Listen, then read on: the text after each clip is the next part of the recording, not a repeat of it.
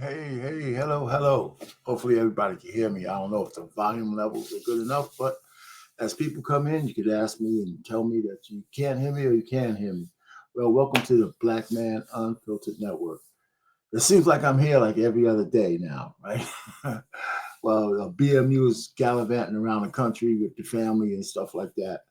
Uh, we had a pretty good show on the barbershop last Friday.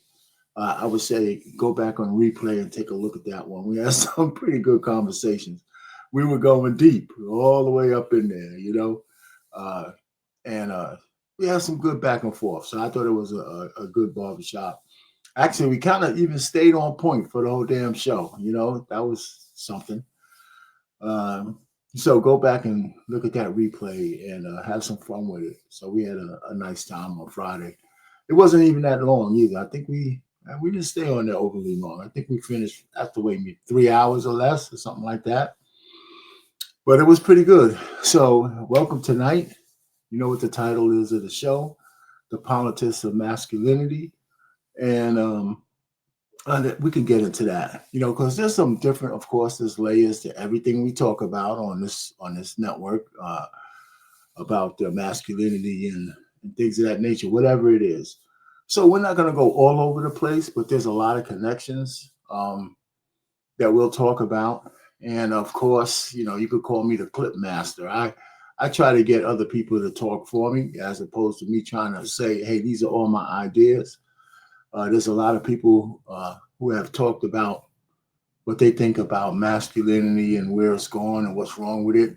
So it's good for you to hear what other people are saying, other than just me here, touting my own opinion.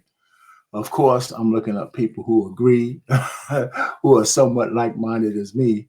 But you can go and do your own research and find people talking about what happened to masculinity, what happened to men over the years, in the advent of feminism, woke culture, and things of that nature, Hollywood, and they're bent on things.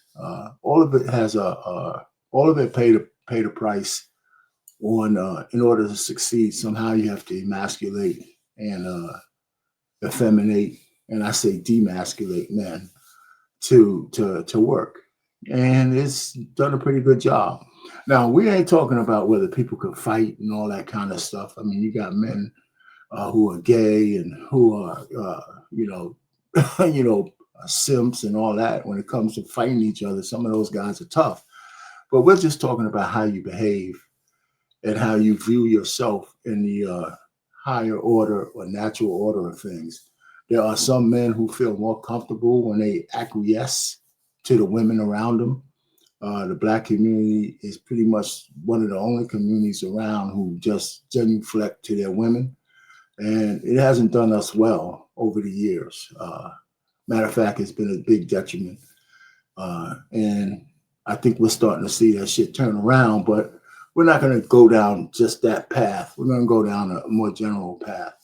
So I have some things for you. Like I said, I have some clips and things of that nature. But before we get started with all that, listen, like, share, and subscribe to the channel.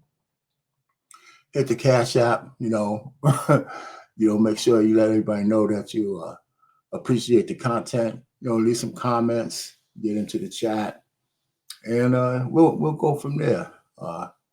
So let me see what else we have. Well, we haven't had anybody pop into the chat just yet, but that's cool. All right, so when we look at the politics of masculinity, I mean, like I said, there's many layers to it. And there's a religious layer to it too. And they don't always say, well, this is a masculine thing to do and that's a feminine thing to do. But when you listen to people who are religious, you can get that they're coming from the natural order of things, right? God, man, woman, and child. And you'll get some of that out of this particular live that we're doing today. So of course, a lot of people don't like to say it, but there's a general war on masculinity in America, maybe even in all the Western world, but we're only talking about here. The war has been raging for quite some time. the modern day feminists, Hollywood, with woke and cancel culture, the movies, uh, in the classroom. There's a lot of things that's going on that has a full frontal attack on men being men.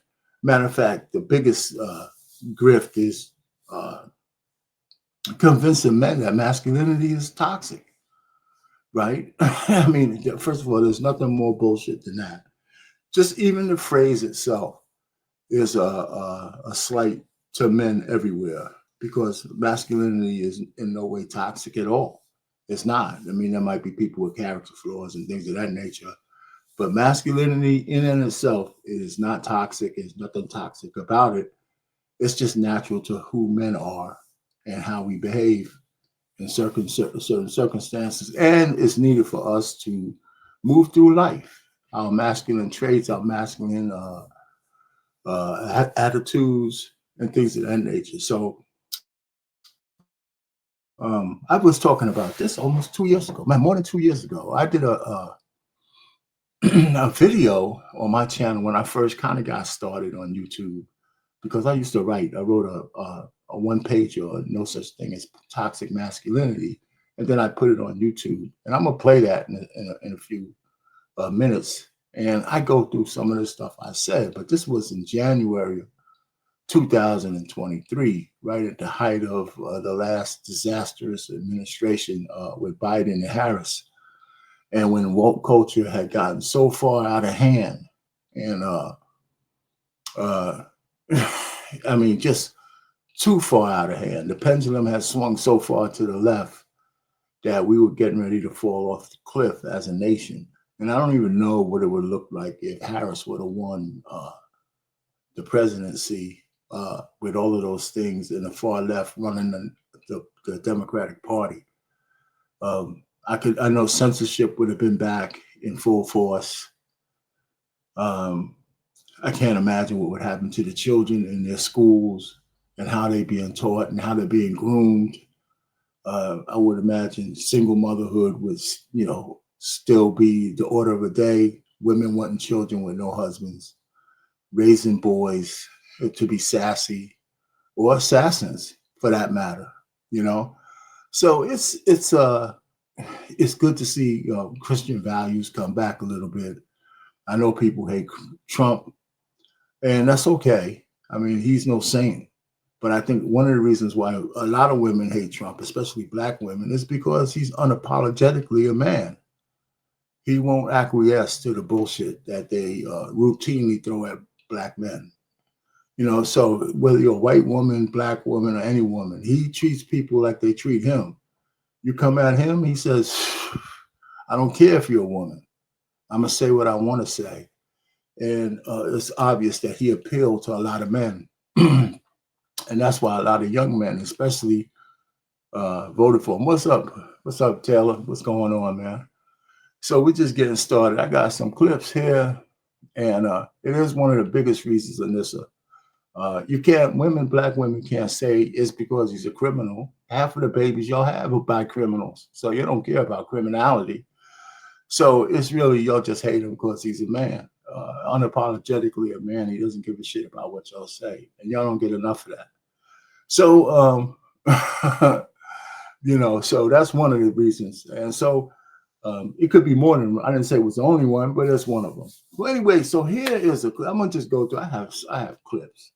Here's a clip that I put out there in 2003, 23, I'm sorry, 2023 on that there's no such thing as toxic masculinity. And I just want to play it.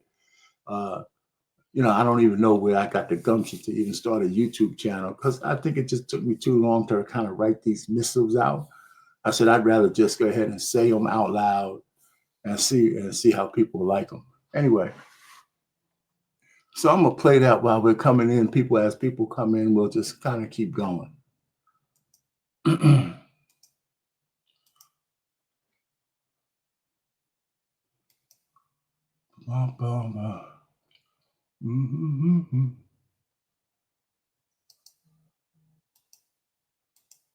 That is around here somewhere. All right. How are you?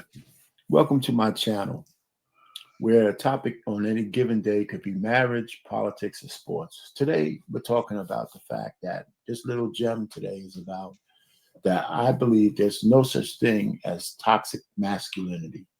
I'll argue that point with anybody. So, but before we get into it, just please like, subscribe, and hit that notification bell so you'll get any future updates. Share this message if you agree or don't agree. But if you don't agree, give me some comments. Let's talk about it. So I'm clear on this. I tell everybody that don't talk to me as a man that being masculine, which is natural to us, can in any way be negative or toxic. Only because that the things that people say that are toxic are usually character flaws. They're not natural flaws. Men can be toxic. I'll grant you that, but so can women. So can anybody else if they behave badly. But that has nothing to do with their true nature.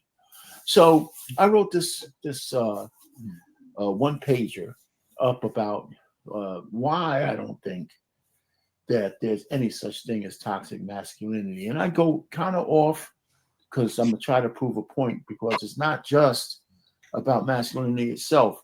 It's how did we get to where we are today in terms of this term toxic masculinity and the fact that most men today are not really being true to their nature. We acquiesce to too many things. We acquiesce to our women. We acquiesce to bad politics. We acquiesce to all the kind of things that uh, kind of emasculate and in the worst case, effeminate men. So I don't agree with any of that. Mm-hmm. And it doesn't make me any kind of transphobic and all of that kind of stuff. I mean, that's all bullshit. The point is that the world works best when men can be men. Mm-hmm. And that's my position, and I stick to it. So let's get into just a little bit of what I view as the definition of masculinity. It's defined as a set of qualities and attributes, characteristics, or behaviors and roles associated with men and boys.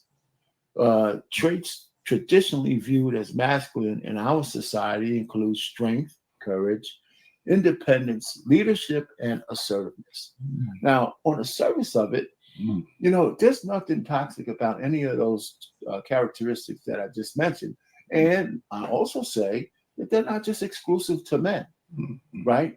But the degrees of how that makes up a man being masculine has to be much more than a woman, right? Because men, we have to have all of those attributes in order to really be successful in life.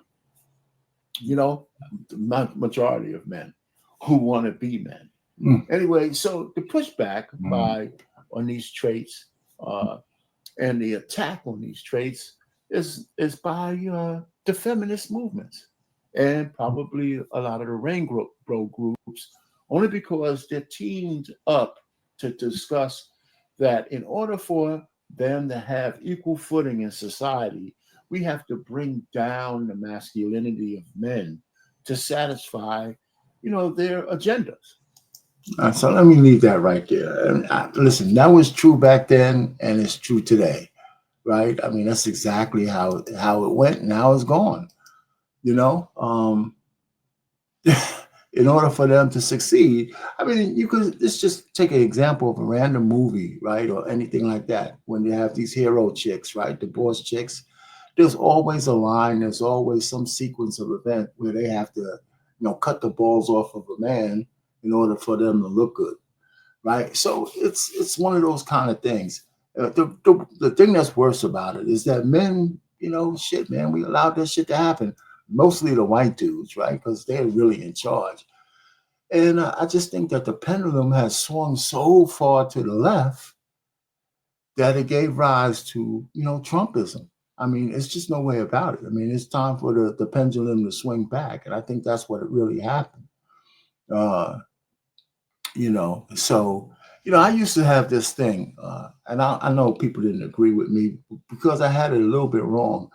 I used to say that I thought that gay men became gay or a lot of men wanted to be gay because they didn't want the pressures of being men out there in the world. You know, I thought that was true for a second. And then I started to think, then the advent of transgenderism, right, came in and trans men. It's not gay men I was talking about. It was trans men I was talking about. There's a big difference. Gay men, one thing about gay men, they don't consider themselves women. They're men. They still gotta bring it out of the mud if they want to be successful. They just have sexual proclivities that I don't agree with, but they're still men, and they identify as men. But transgender men, the ones who want to be women, I think that's the problem. They don't want the pressures of being men because women are coddled in the West. Women need constant of affirmation, and a lot of that is available on the Democratic plantation. That's why 90% of Black women want to stay there, and they don't want to leave. And they're champions for the alphabet community. So the trans people want to dominate women. They don't want to just be women. They want to dominate women's sports because they fail at men's sports. They're coming in 450th spot, but if they go swim against the women, they could win a gold medal. And so that's domination. They want to taunt women and go in their locker rooms and whip their Johnsons out in front of them and say, I belong here along with you. There's something fundamentally wrong with that. That's a domination kind of thing that they want to, display and employ against women. And it's so funny that too many women don't even argue against that. If it wasn't for Riley Gaines, I don't know. And so the pendulum has swung. So I just think that those men absolutely don't want to be men because of the pressures of being a man. And they can't handle it. So they want to go ahead and move into women's spaces.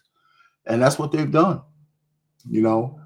And so women and men on the Democratic side, they're all for this kind of behavior, this kind of lifestyle.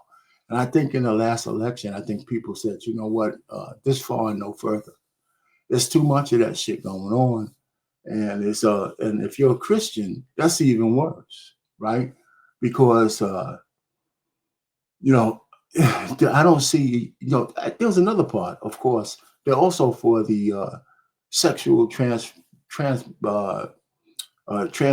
of adolescents and pre-adolescent kids from one sex to another. I mean, these things are all unchristian stuff. And I think there was a referendum in the last election that a lot of people just missed. And the men who were for that, if you had a regular conversation with a regular man, a masculine man, I can't see anybody sitting down here saying they would agree with, gender affirming care for children. Right? I think there's something fundamentally wrong with your masculinity if you believe in some shit like that. It's crazy. I mean, it's not even Christianity, but I have something for that a little bit later. So I just think that, the left and the Democrats who party definitely wanted to emasculate men in order to have more control over how things are going, because it seems like women run that party. For sure, they might put some men up front, but all the spokeswomen with the loudest mouths, the spokespeople with the loudest mouths are women.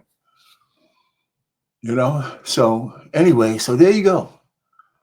So I caught some stuff on the DNC National Convention. And at the convention, they had a bunch of roundtables on the new man, what a new man looks like. What a new man, when they put a tampon Timmy up as the vice president, a guy who advocates for tampons in little boys' bathroom. As a matter of fact, there was some kind of brewing scandal that they kept a lid on, talking about tampon Timmy, but, we won't go into that. But there might have been more than meets the eye. So he was supposed to be the new face of masculinity, and And I think a lot of men rejected that, especially young men. So so there's a lot of clips on that. Uh, so let's go ahead, and I want to show you what one of the MSNBC anchors talked about the new masculinity. It's a real short clip. I'm gonna play it. MAGAism is this reductive, misogynistic throwback form, a very regressive.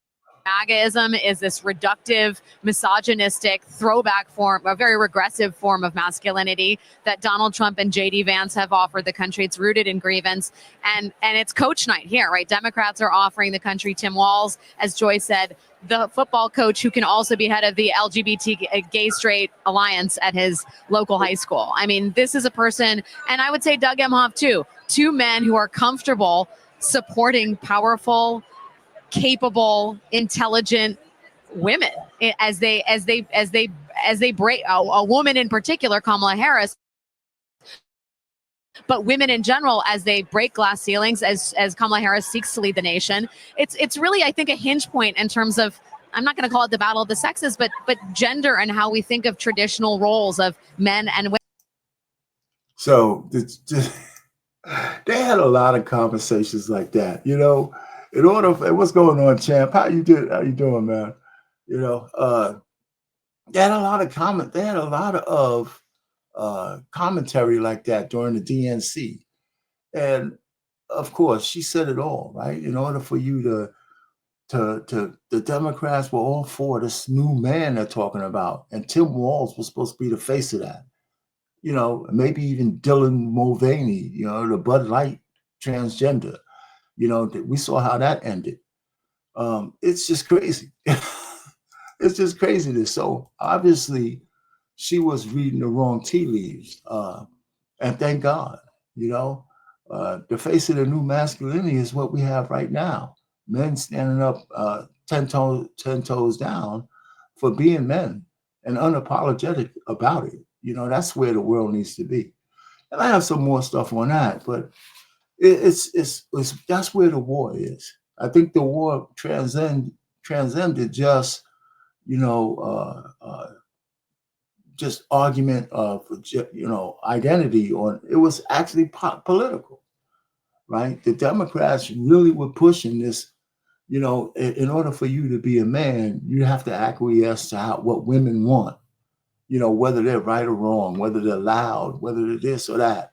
And sometimes when they have a point, yeah, I think there's more strong women in in Trump's cabinet, assertive women in his cabinet than there were in the Democratic cabinet, right? Those ladies are conservative. That's the one thing. Let me just segue. That's the one big thing that we miss, that's missing in America: conservative Black women. We need to find and build some conservative Black women, ones who have values, conservative values, are not intimidated by men being men, who want some traditions of the past, and more conservative traditions to build in the future, right? And I think some of that is going to happen because as the economy goes bad, and all the women who took solace and comfort in the Democrats and all the handout programs that they have, a lot of that shit's going away. I think we're going to start hearing women talk about love again, talking about needing a man and a husband. We're going to hear a lot of that shit in the coming future while they're out there losing some of these jobs and saying, damn, you know what? Shit, maybe it's not a bad idea to have a man in my life that ain't just a penis and some seed and a throwaway wallet. I think some of that, I think some of that is coming. What's going on, Braxton? I think we're going to see that. Yeah. Oh, yeah, Trey. No doubt. A lot of men are going to fall for that tactic, but it's coming, all right, because they know that is true. That is not that simple just to be a woman out here by yourself, especially when times are hard. So I think the narrative is going to start to change. I can see it coming. I could really see it coming. Uh, so that's where we are, man. There's a lot of shit going down, which is a good thing. I think we needed to have this transition so we know what not to do in the future, that kind of stuff. Um, what else do I think? I was thinking about, I want to make sure I get it right. Uh,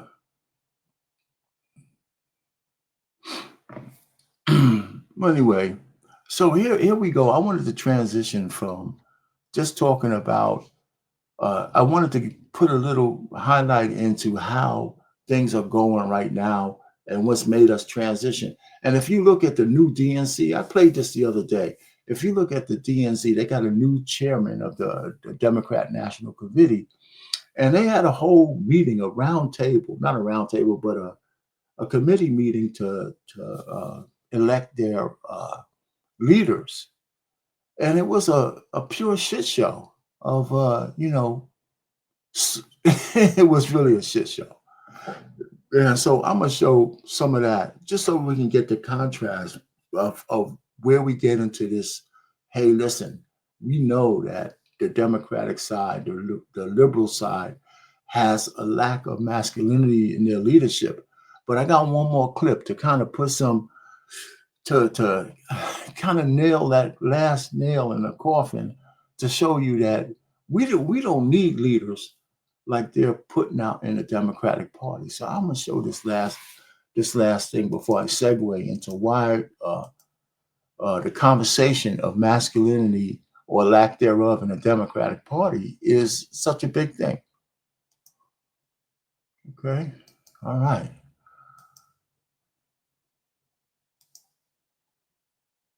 From their humiliating defeat at the last presidential election. We saw history repeat itself at the weekend, where a DNC official demanded that a non-binary person be voted into the vice president position of the organization. Rules specify that when we have a gender non-binary candidate or officer, the non-binary individual is counted as neither male nor female. Okay, so this is the president of the new DNC, right? So he has to explain to them that, the 1% of the population that they keep claiming has to have a seat at the table of the Democratic National Convention because they that 1% needs to be represented in leadership. In leadership. And the remaining 6 offices must be gender balanced.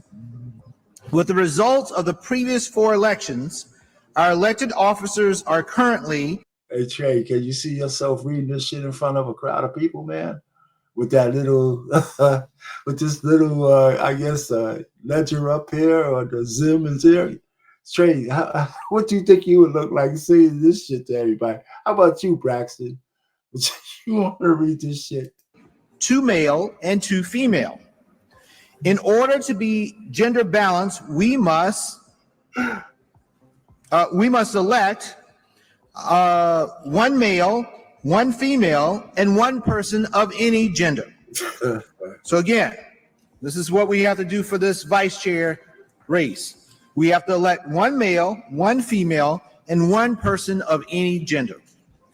To ensure our process accounts for male, female, and non-binary candidates, we conferred with our RBC co-chair, our LGBT caucus co-chair, and others to ensure that the process is inclusive and meets the gender balance requirements. All right. So but they keep claiming when they want to argue, 1% of the population, they say, is transgender. Okay.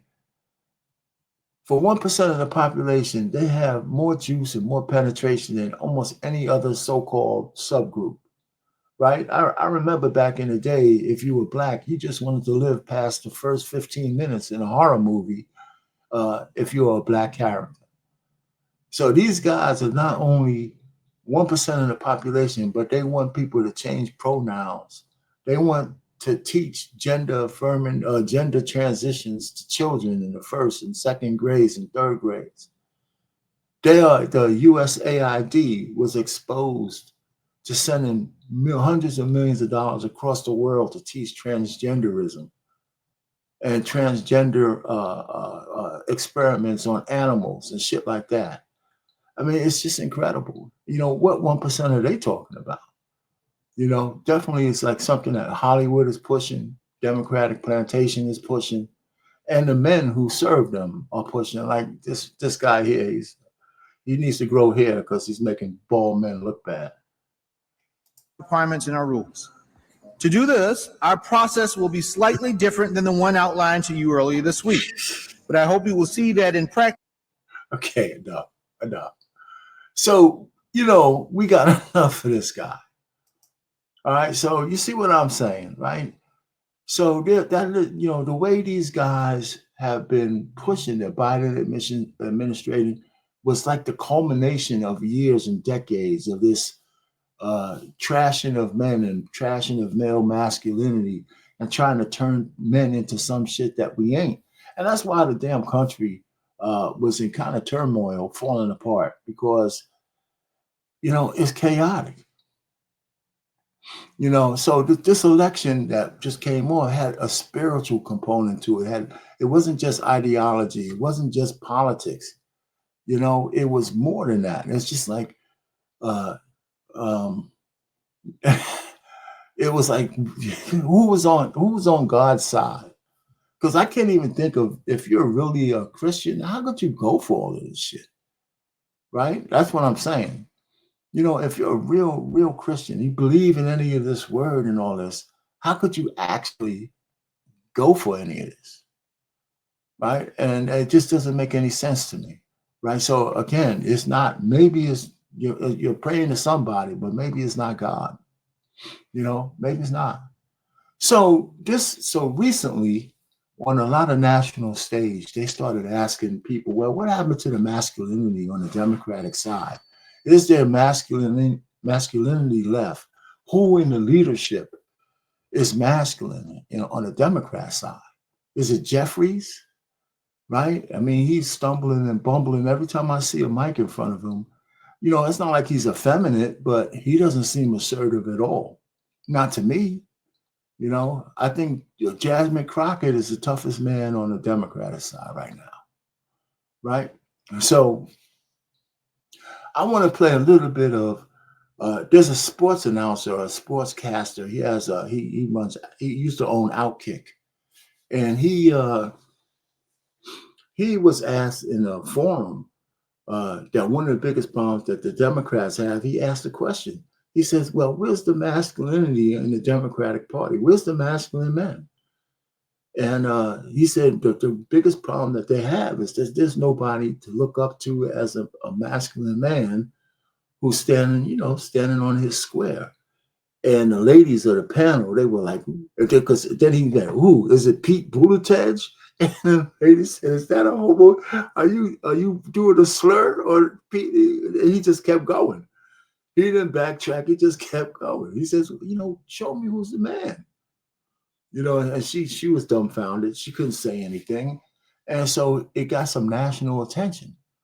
And so I want to play something that Clay said. He could say it better than me.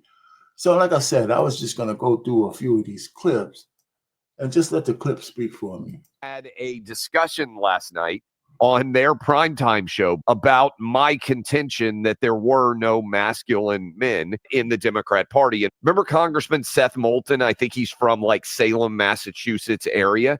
He came out and said, I got 2 daughters. I'm paraphrasing him. And it's basically crazy for them to be competing against dudes. And his chief of staff quit, and they have been protesting outside of his office since. Remember, only 2 Democrats in the House would vote against allowing men to compete against women. We know the data reflects that young men have overwhelmingly abandoned the Democrat Party. Okay. Then the next step is, what is your theory to analyze why that is? I think it's because they see the Democrat Party as a weak, anti-masculine party, and that isn't aspirational. If you're a 16-year-old boy, CNN had All right, so this was the panel at the top where he was when he first came up with this whole concept, and this is the panel of CNN. So I'm gonna touch on this one on the bottom later on, but this lady right next to him, man, she got in her panties, got in a bunch when he mentioned Pete Buttigieg as is he the masculine man that we're looking at? She said, "Is that a homosexual slur?"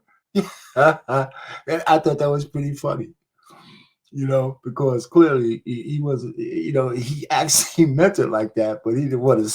He didn't want to say that. But yeah, it's not a slur. It's just true. Because who's the man? Who is the man there?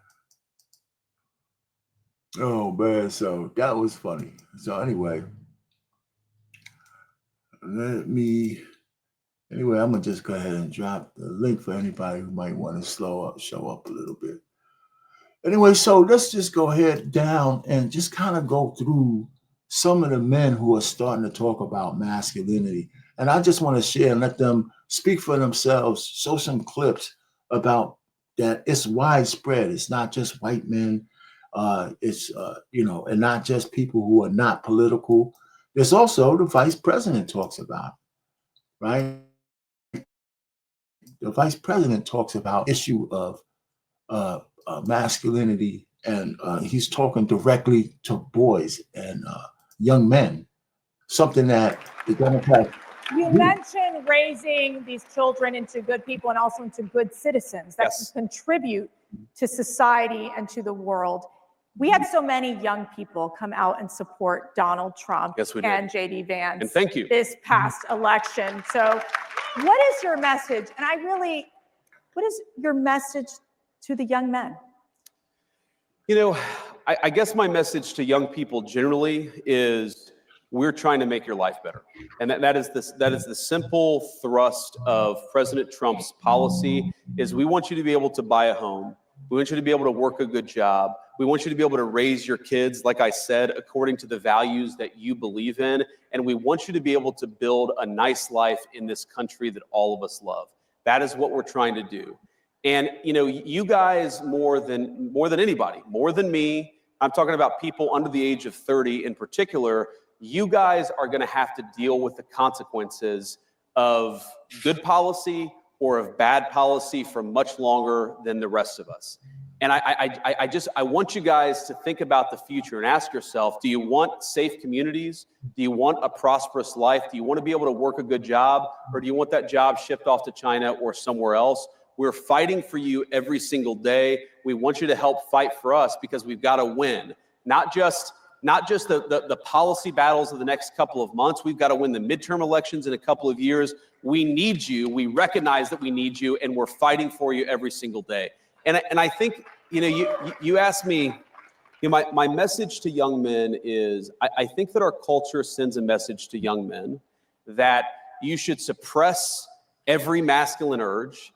You should try to cast aside your family. You should try to suppress what makes you a young man in the first place.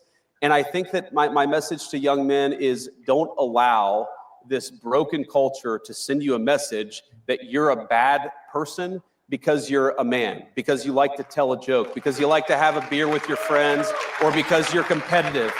It's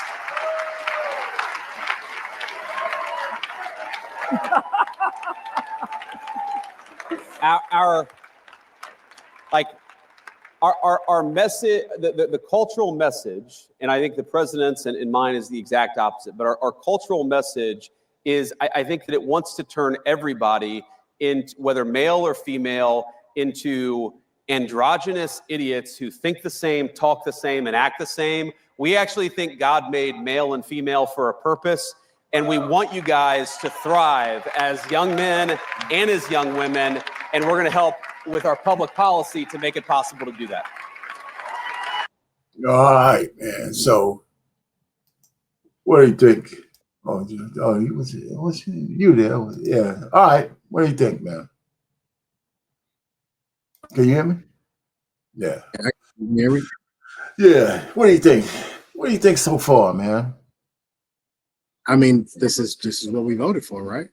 This is what we wanted. We wanted the insertion of masculinity back into families, right? Leadership back into families, right? We wanted uh, morals, we wanted standards, values, right? We wanted to get certain things out of out of schools, and we wanted to get back to having two genders and 130. I mean, everything he said is correct. And the part I love the most that he said is, the younger ones, you're gonna have to deal with this stuff longer than anybody.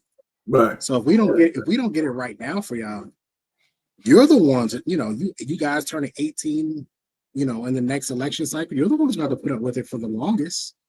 So it's imperative that we get it right. I don't have any issues with what he said. I know that liberals and Democrats are losing their minds because it feels like we're going back to the Stone Age. But tell me what's worked. All this liberal change, all this progressive stuff. What's worked? Are we better off now? Because according to the statistics, we're not. No. Right? People are in debt more than they've ever been. Families are more broken than they've ever been. Nobody's getting married. People are barely even going out on dates, right? Like everything is worse than what it once was. And I'll be damned if there's a politician who says, well, why don't we, because you guys love to do this. I'm all about moving forward and letting it be. But most people will say to me, well, we need to go back to the way it was. Okay, well, these guys fit the JD and Trump fit exactly what you're looking for then. They want to take it back to a time where, where things were a lot simpler. Well, yeah, no, simpler. And even though there's some things that must change because of the amount of women who are in the workforce, right? There's got to be, I don't want to even use the word concession. There's got to be a realization that if you have a degree and you're working a 9 to 5, or you're working 80 hours every a pay period, or 40, 50 hours a week, that the home life couldn't be the same as the traditional home life if you had a stay-at-home woman, right? So you got to have some compromises there. If the money, but it's no, my money is my money and your money is our money. That kind of shit is stupid, right? So guys who still really believe in that's dumb.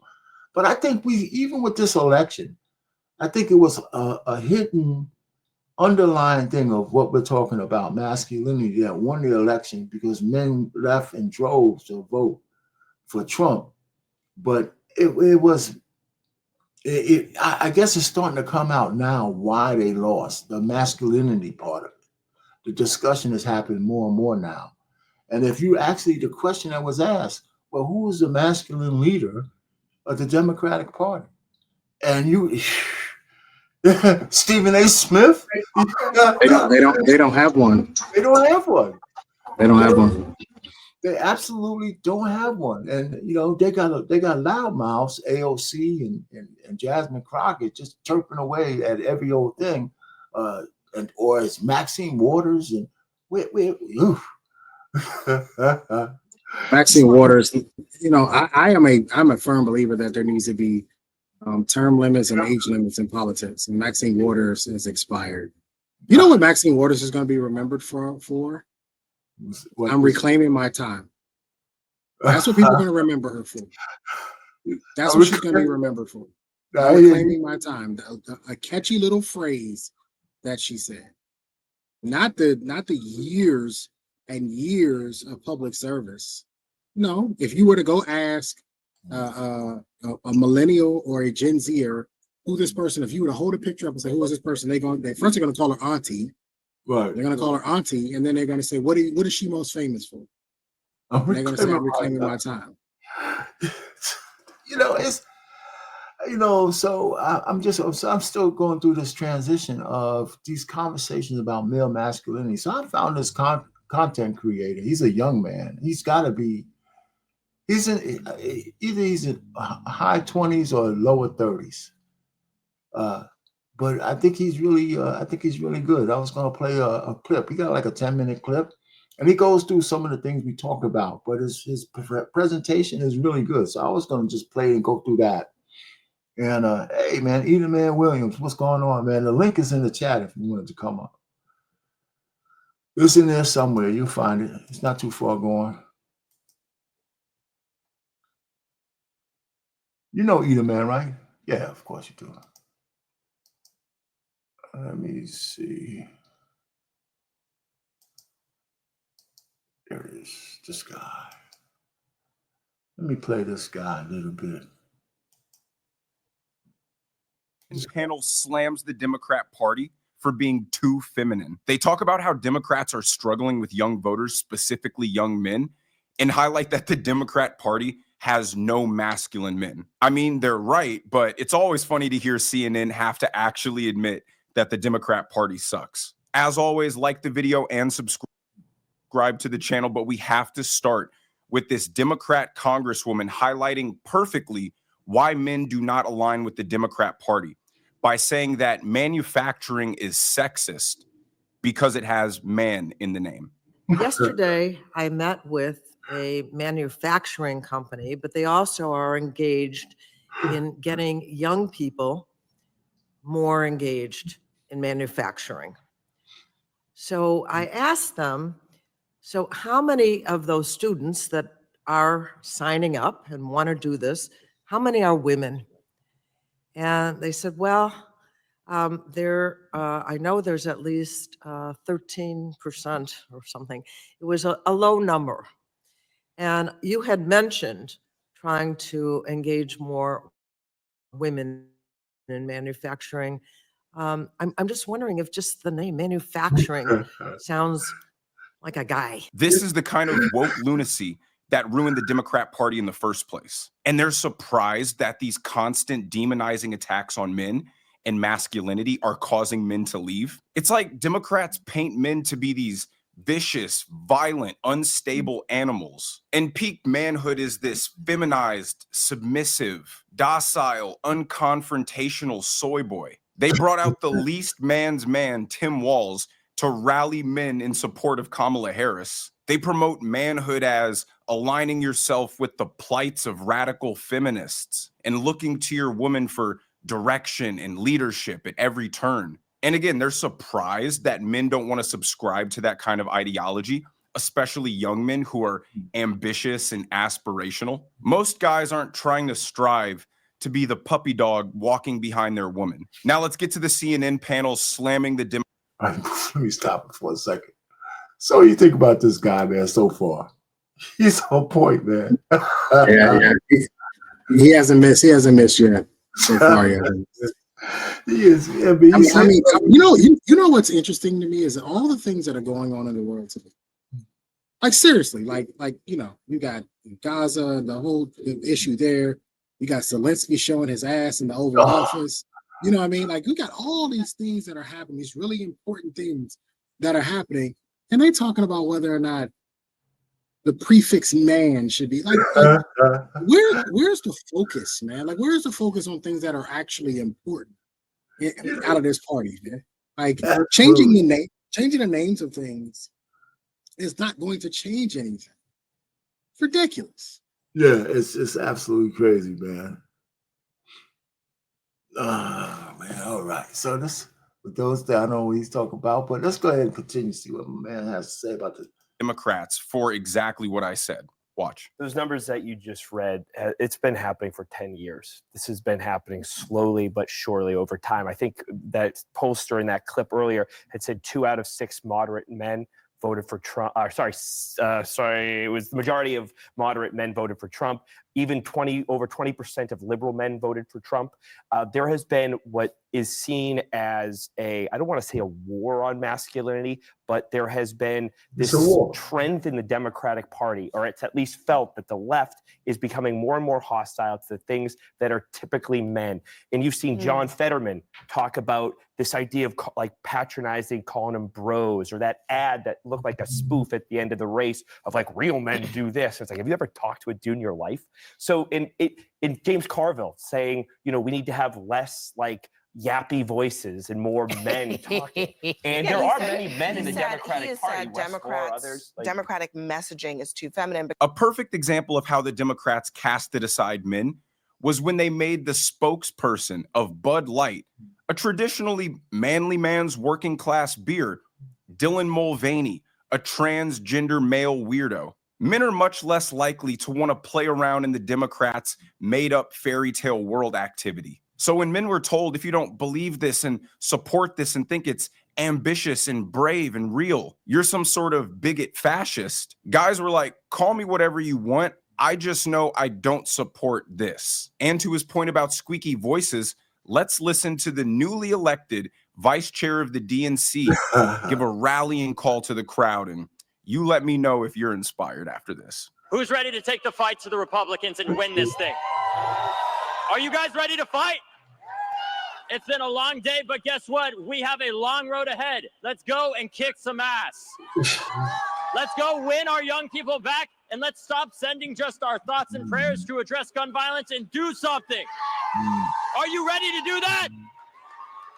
Because together, we can make school shooter drills history and not headlines. Are you ready to do that? Together, we can address the housing crisis and so many other issues of our time that are affecting our young people. Because tonight, Malcolm and I won with your support. Thank you so much. You guys rock. And thank you again to Jamie. Thank you to Justin. Give a round of applause to Justin Pearson.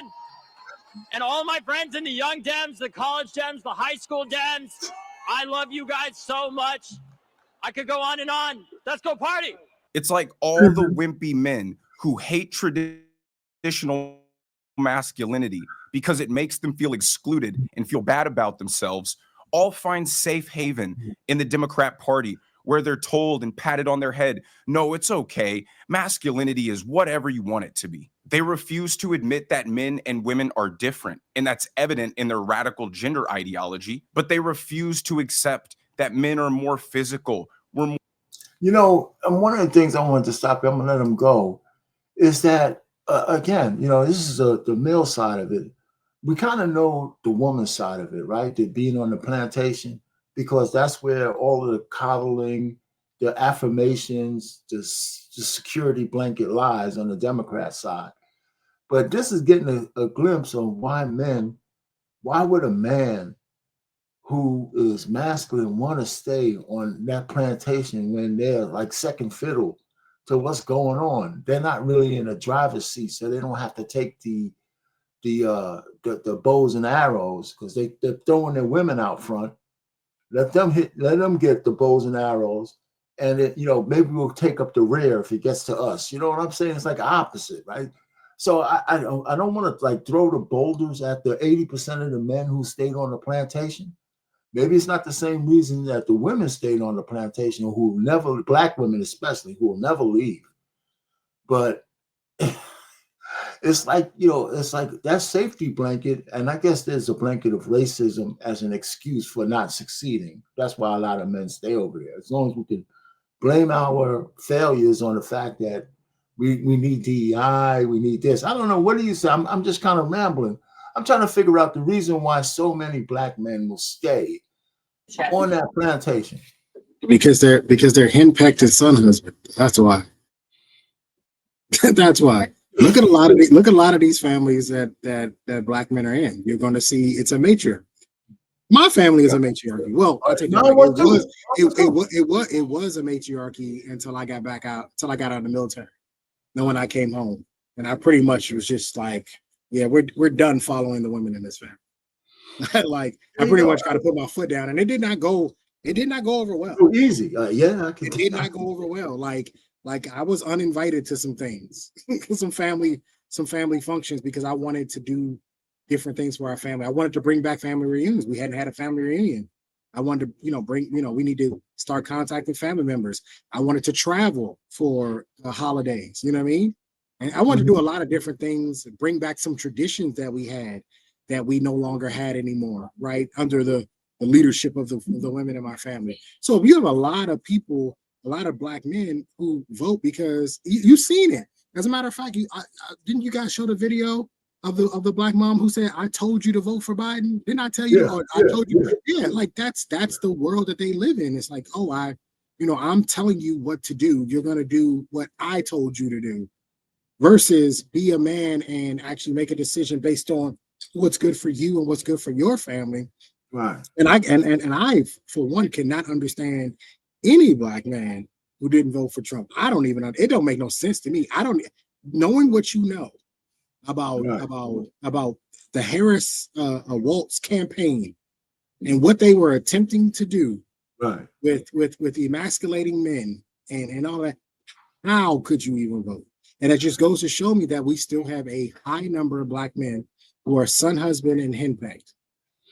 I mean, it's just no doubt about it. I mean, even if you use the excuse that there's one or two things on the Democratic side that you like, that's not the way votes mean. If you vote a candidate, you got to get it all. You get it all. Like, you know what I'm saying? It's not, it would be nice if you can pick and choose like a line item veto.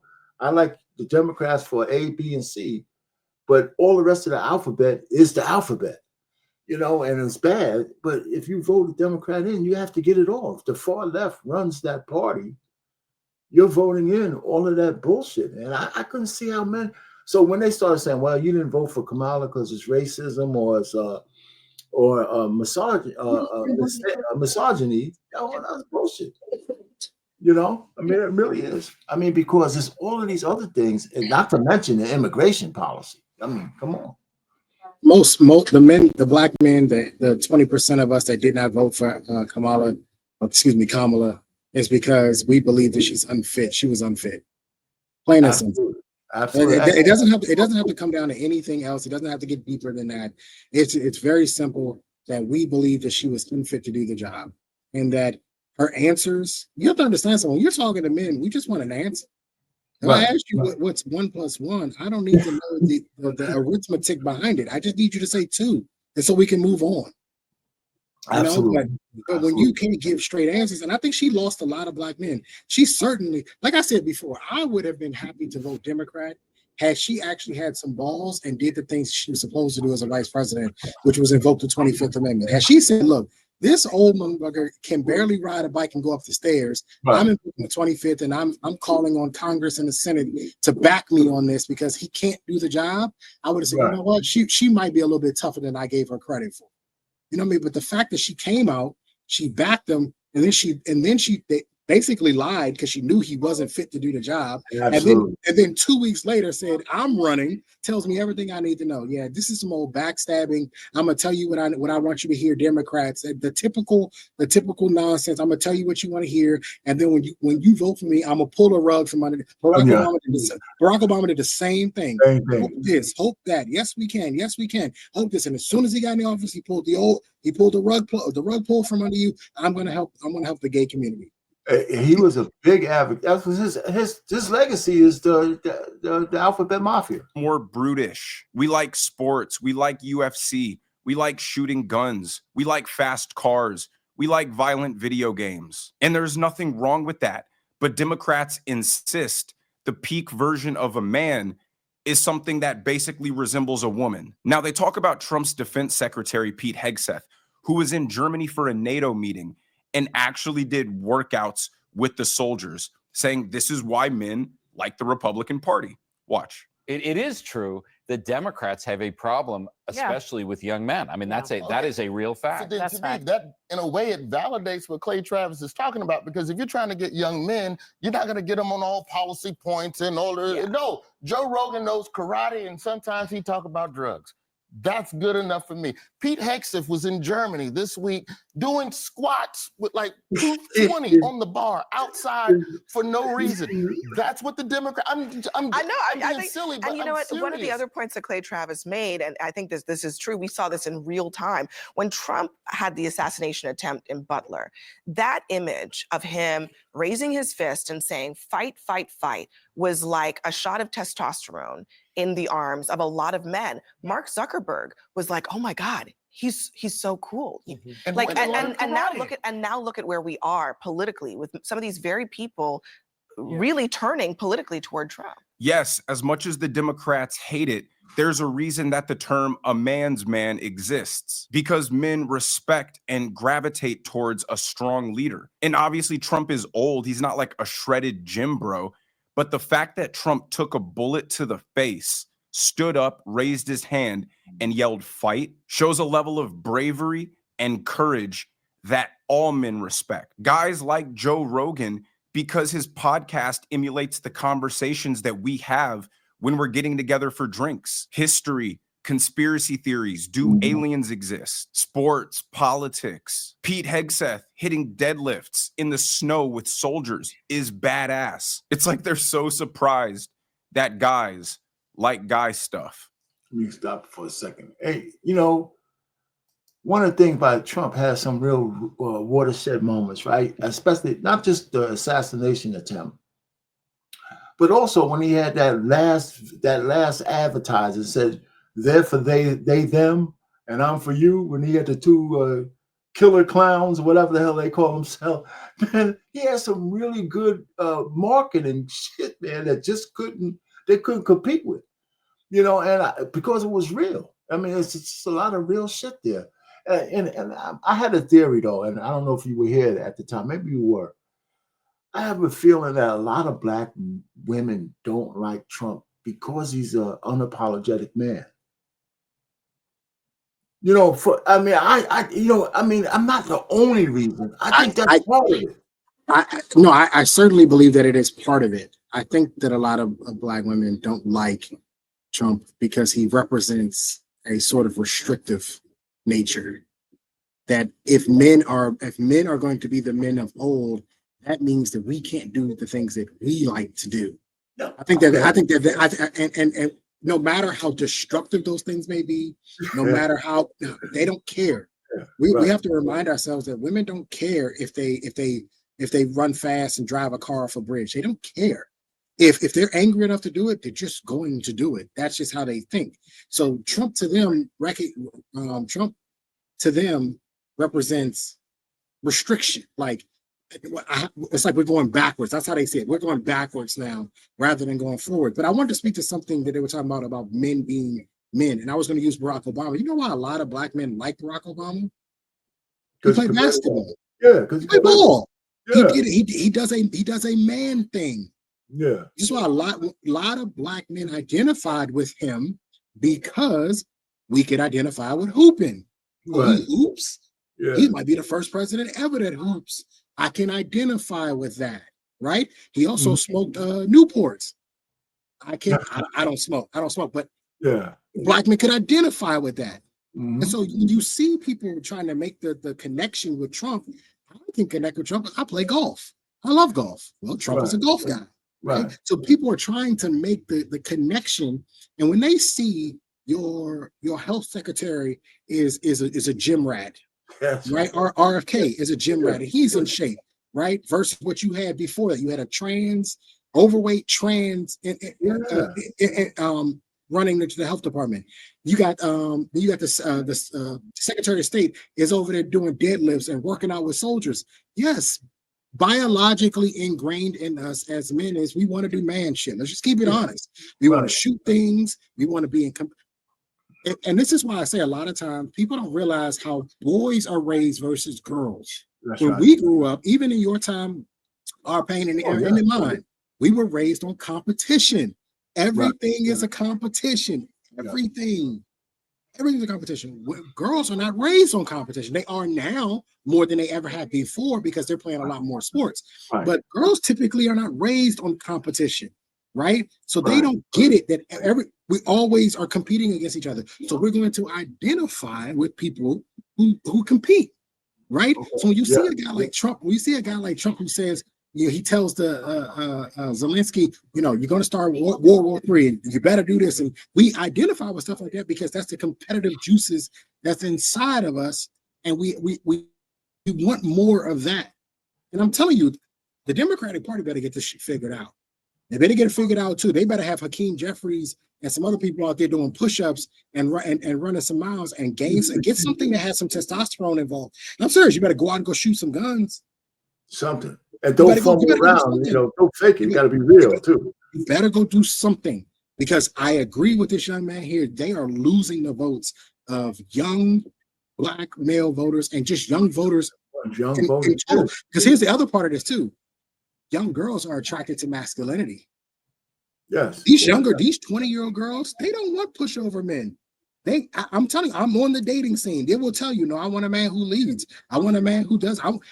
Go on TikTok and look at these videos of these girls. Oh yeah, they're coming up. He didn't call and make the arrangement. I had to do it. They don't want that anymore. They want the leader. They want the guy to say, hey, be ready at 7:30, wear a red dress, put your hair up. That's what they want. Well, that's a part of masculinity. That's leadership. And even the girls are saying, this is what we want, which is why you have 55% of white women voting for Trump, because that's what they want. They want more of that. So all of this stuff, it's all tying into, and I think you're hitting on something big here, Payne, is that this is a war on masculinity, and Trump winning was we dodged a huge bullet by Harris. Big time, man. We dodged a huge bullet by her not getting elected. Trump being elected is the first thing, and I'm hoping that JD Vance will carry it on after him. We'll see how that goes, but it's a step in the right direction. Right. But you know what, though, Trey? One of the things that I figured out with the Zelensky, I did a reaction video to that on my channel, to that whole thing. And even though I agree with Vance, and I think one of the reasons that should have never happened, because I think they were overconfident that he was going to come rubber stamp, and he did, and he okey doked him. And so I'm concerned that a little bit of hubris is kind of setting in with all their momentum. They're thinking that they can't make a mistake, right? So I think that they should have had something signed before they had that press conference, because they were just going to have the press conference and then like lunch afterwards, because then Zelensky throws that monkey wrench at him in front of the American population, knowing that 80% of the media is going to eat that shit up, right? Maybe 90% of the media who hates Trump.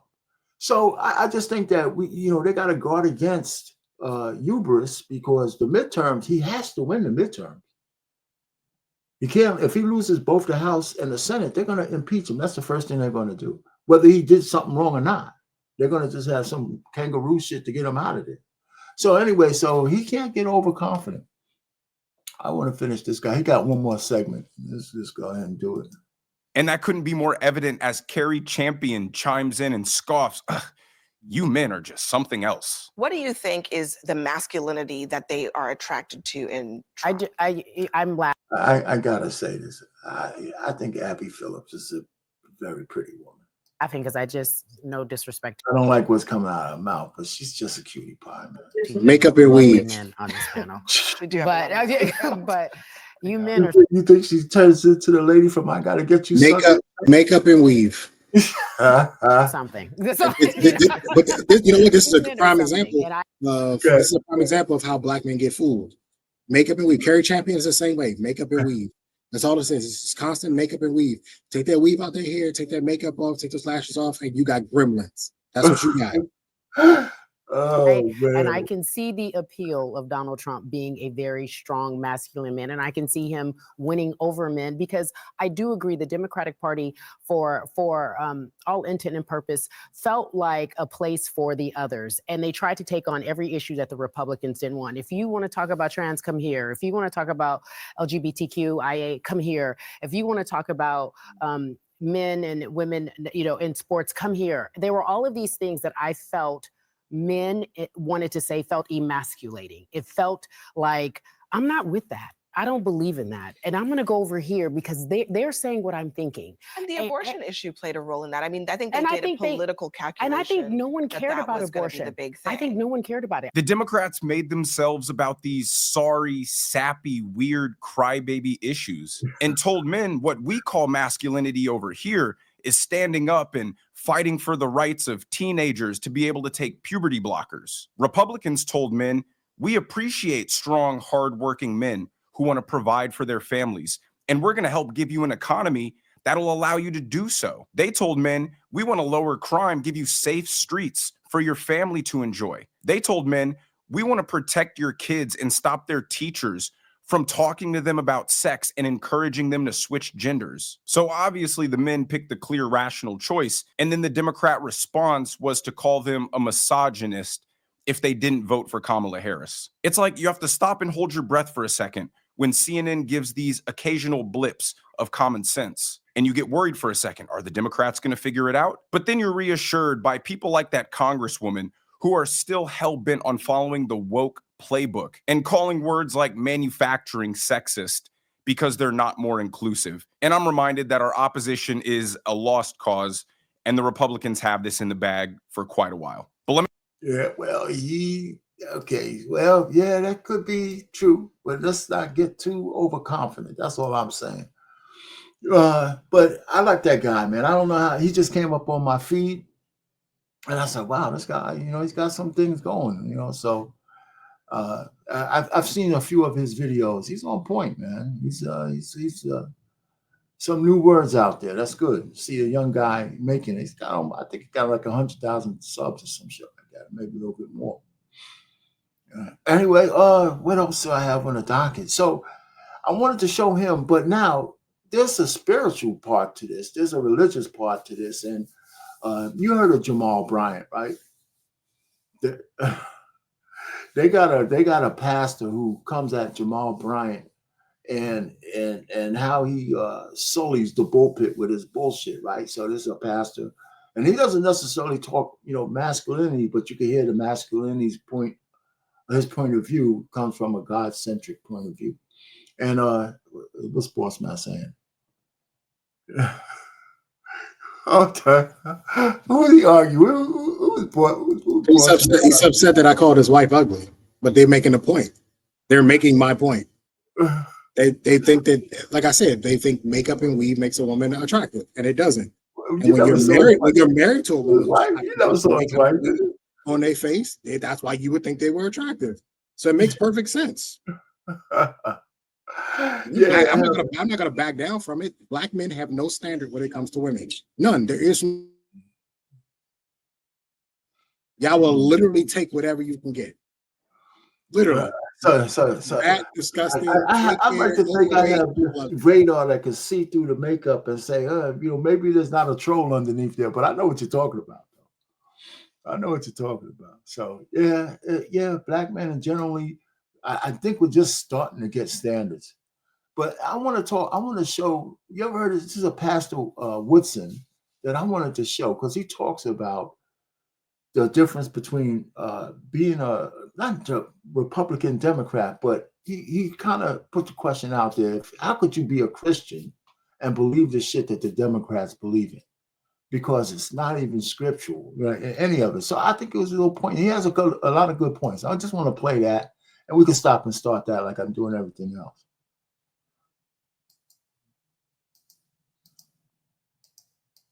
So these clips are usually my guests when there's nobody else around. All right, so let's listen to this brother. This is courtesy of another guy. Get out of there, Negro, and stand with your people so that you understand that God is on our side. All right, stop right there. That's Jamal Bryant in Atlanta berating African Americans who went to the White House to celebrate Black History Month with the president. So he told the Negro to get out of there and go stand with your people.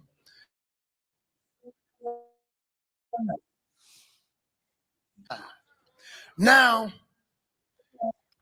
if one time they were trying to put out that President Trump canceled Black History Month. You know he canceled Black History Month, don't you? You know black folk will believe anything. Anything you just tell us, the sky's falling. Duck it. Berating African Americans who went to the White House to celebrate Black History Month with the president. So he told the Negro to get out of there and go stand with your people so you will know that God is on our side. Now, if one time they were trying to put out that President Trump canceled Black History Month. You know he canceled Black History Month, don't you? You know black folk will believe anything. Anything you just tell us, the sky is falling. You're going to start ducking. Listen, these are the same people who are for diversity. Watch this word, inclusion and equity. Now, if you're going to be inclusive, Dr. Jamal Bryant, does that mean that you ought to include black people who aren't Democrats? Are we actually in a place where the only way you can be black and stand with your people is to be a Democrat? Now, if that's where we are, we're the dumbest people on the face of the planet, and we're the only people in America who operate that way. You can be white and be a Republican or a Democrat, Hispanic and be a Republican or a Democrat. Praise the Lord. Whatever, and be a Republican or a Democrat. But if you're black, the only way you can be an authentic black person is to be a Democrat. That's stupid. And you know what it means? It means that explains why we spend half the time, or maybe even more, out of power.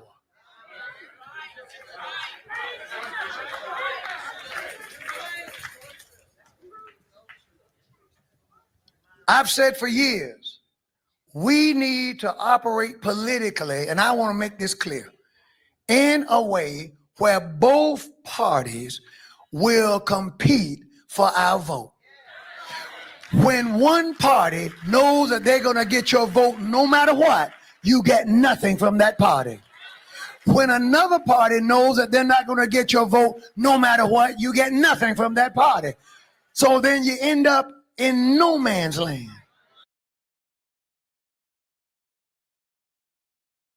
I just wanted to stop that there for a second. I got to sit there and I have to take a bow, because a couple of years ago when I came here, I used to say the same thing almost every time. I said, this is where we're stuck, because we give all our votes to one party. So it's good to hear a preacher say what I said. We are not married to the Democrat Party. People have a right to choose.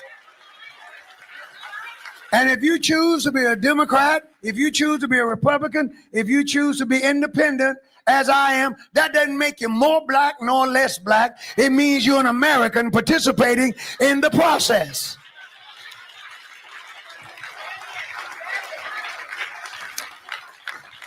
And God is on our side. Now, if we want to talk about whose side God is on, it's the Democrats who are pushing same-sex marriage.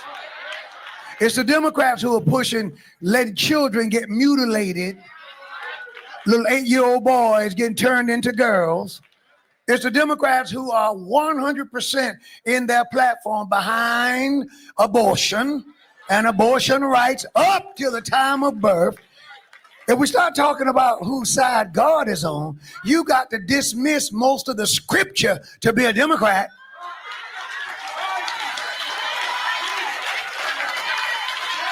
Well, there are other things. What other things?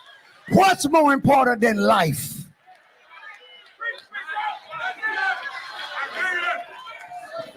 Trump ain't no good. Yeah, but he signed an executive order to protect Christians. He's no good, but the polls show that Christianity now has leveled off and is going back on the rise again since he's been in office. You just got to do your homework. Now you start talking about whose side God is on. No, the question not whose side God is on. The question is the question Moses asked: who's on the Lord's side? It's not whether or not God's on your side. The question is, are you on the Lord's side?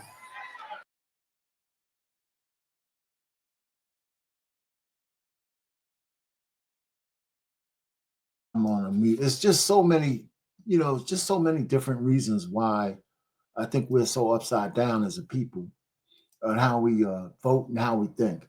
I mean, some of this is just common sense. I mean, at one point, the Democratic Party was a little bit different in terms of the far left didn't run everything, right? They had some centrists on the Democratic Party, I guess, until Barack Obama became an advocate for the alphabet community and changed things forever, right? And some of the arguments on their side is that they're only 1% of the population, but for 1% of the population, they wield a big ass stick, or at least they used to until Trump got in.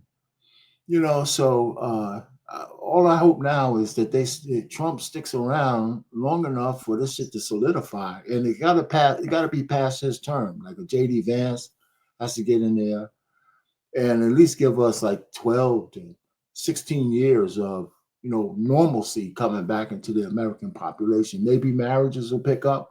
Maybe they'll change some marriage laws. Get people like some of these other people out of the way. So anyway, so that's what I'm looking for in the future. So I just wanted to end with this pastor because I think that he said it best a little bit. He said, "Hey, listen, it's a spiritual thing to this." Now, he didn't say masculinity specifically, but you could tell he's coming from a masculine standpoint because he's for the natural order of things. I do have one more that I wanted to play. I do have one more clip that I wanted to play, and I think it's a good clip. It's a real short clip, and it's from somebody I think we all know. We haven't seen him in a while, but he puts this natural order thing into a perspective that I think anybody could understand. And I agree with him. So this one will come from... I disagree with you so much, but go ahead. No, but before I say it, you want to say it or you want to talk about it afterward? No, we can talk about it afterwards. I disagree. People will say this is a spiritual thing. This is not a spiritual thing. Okay, cool. Yeah, make sure you hold that thought. Let's come back to it. All right, let's come back to it. This is what I wanted to play. I guess we could just go ahead and play this. I ain't seen Trigger Mike in a minute. Yeah, I want to hit this. I want to explain the order of family for a second because I think it's a concept that a lot of people not only disagree with, but have a bit of trouble grasping. All right. The order of family is that the man is the head of the family. And the reason this might seem like such a struggle in society is because a lot of men struggle with the pressure of being the head, and a lot of women struggle because they believe they're better than second best. So I want to take a moment and explain why the order of family is man, woman, child, or if you are religious, God, man, woman, child. The order of family is such that the man is placed at the head of the family because he's the only one that can pass grace downward and remain emotionally unaffected. What I mean by that is a man can go to work and produce and take the entirety of his production, pass it down to everyone, the woman, the child, and the community, and not change how he feels about them. He won't feel as though he resents them. Okay? A woman can actually take her grace and pass it down to another woman or to her children and remain unaffected. But she cannot pass grace upward to a man. She will disrespect that man. She will resent him. She will eventually hate him because a woman cannot take care of an able-bodied man. So that is why the man is the head of the family, because he's the only one that can take his grace, pass it down, and still love everyone the same way. Hope that explains it better for you. What do you think about that? It's hard to disagree. I mean, it's hard to disagree. I mean, listen, I think we have to get to a point. I'm a firm believer in, I don't believe that politics should be in religious spaces. If I was in that church and he starts to go into this diatribe about politics, I would just get up and leave. I don't believe they decide they need to be together. I think this is something that the Black church has hung on to, and it has not worked. Also, we need to recognize that people are getting away from religion. Oh yeah, we need to accept that people are not, they don't believe what they once believed, and their actions and behaviors are showing that. And so this is why I say this is not a spiritual, this has nothing to do with spirituality at all. This is a war of ideologies. Ideology first, okay. This is a war of ideologies. And when we try to involve the spiritual realm, it just doesn't work. Because you will have people, and I am one of those people who will tell you straight to your face, I don't give a damn about your God. I don't care. And that's gonna hurt some feelings. Because we come from a time where you didn't disrespect somebody's religion. You didn't say things like that. But now going forward in 2025, if you start to pull that Sky Daddy mess on me, I'm gonna hurt your feelings. And I'm going to challenge you on everything that you claim to be. People are not Christians. Stop calling yourself a Christian and you don't do not a goddamn thing that's Christian-like. Stop saying it. And then want to run to the Bible and say, well, we all sin and we all fall short of its glory and blah, blah, blah. You got an excuse for everything. Built-in excuses because it's in the book that was written by man, by the way. Right. You got so this is not a spiritual thing. I'm sick of hearing it. At the end of the day, this is a war on who thinks they're right? And it's not even about morals, because people will say, well, religion is immoral. So this is not even about morality, so to speak. This is about people and what they think and what they think the right way is going forward. And that's why I said I'm glad you brought this up, because I am a firm believer that if you want to get this country back on track, you're going to need men to do it. Oh, and I'm not talking, I'm not talking about rainbow wearing, skirt pushing, bundles of sticks. That's not what I'm talking about. I'm talking about masculine men who are willing to sacrifice potentially their lives if need be. I hope it doesn't come to that. I hope it never comes to that, but potentially need be to get this country back on the right track. And more than likely, we probably won't.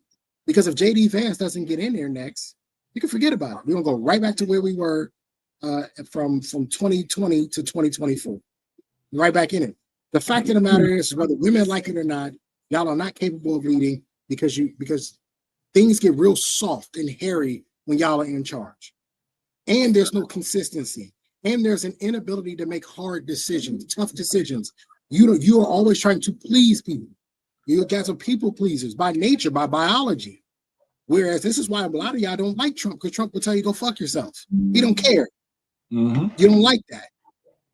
So no, I'm sorry. I get it.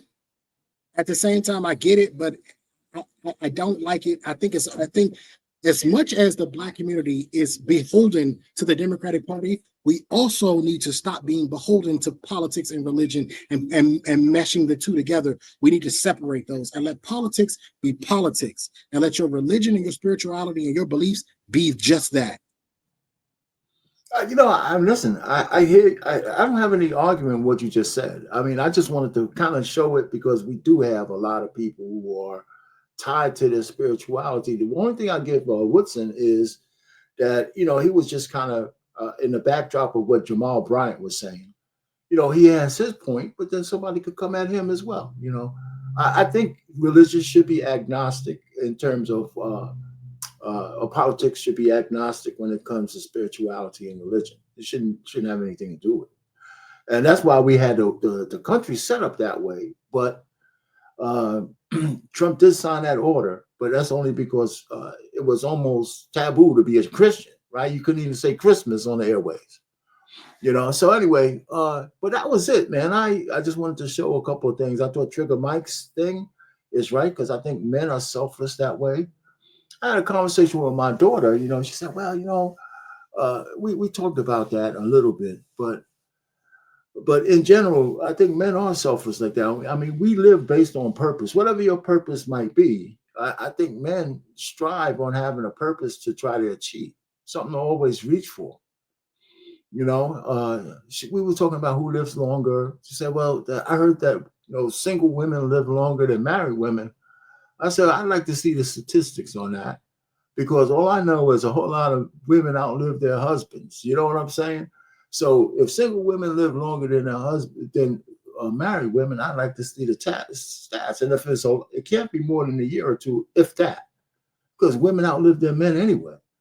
Yeah, even all these stats, like when they start to do this, like who lives longer, it's not by like 15, 20, 25 years. It's like 4, 5 years. Like, oh, big deal. You got married. So because they'll say that men who are married live longer than single men. And when you look at the ages, it's like 4 years. Yeah. But he got a Trey, I have a theory for this. So check my theory.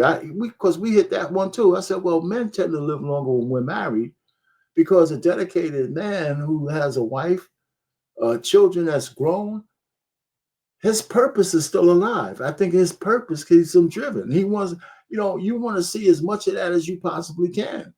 So if you have a wife and children and you have a purpose-filled life, you actually would rather. Some of the men are starting to stay in shape better now, later on in life.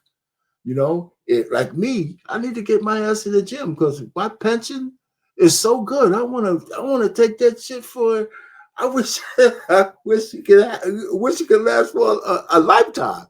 You know what I'm saying? Shoot. So men who have purpose tend to live longer. Listen, I have breakfast with veterans every morning, and 3 of them are 88 years old. 3 of them are 88 years old. And the fact of the matter is that if you take care of yourself, you eat well, you exercise, you'll be all right. And one of them he's a widower. His wife just died.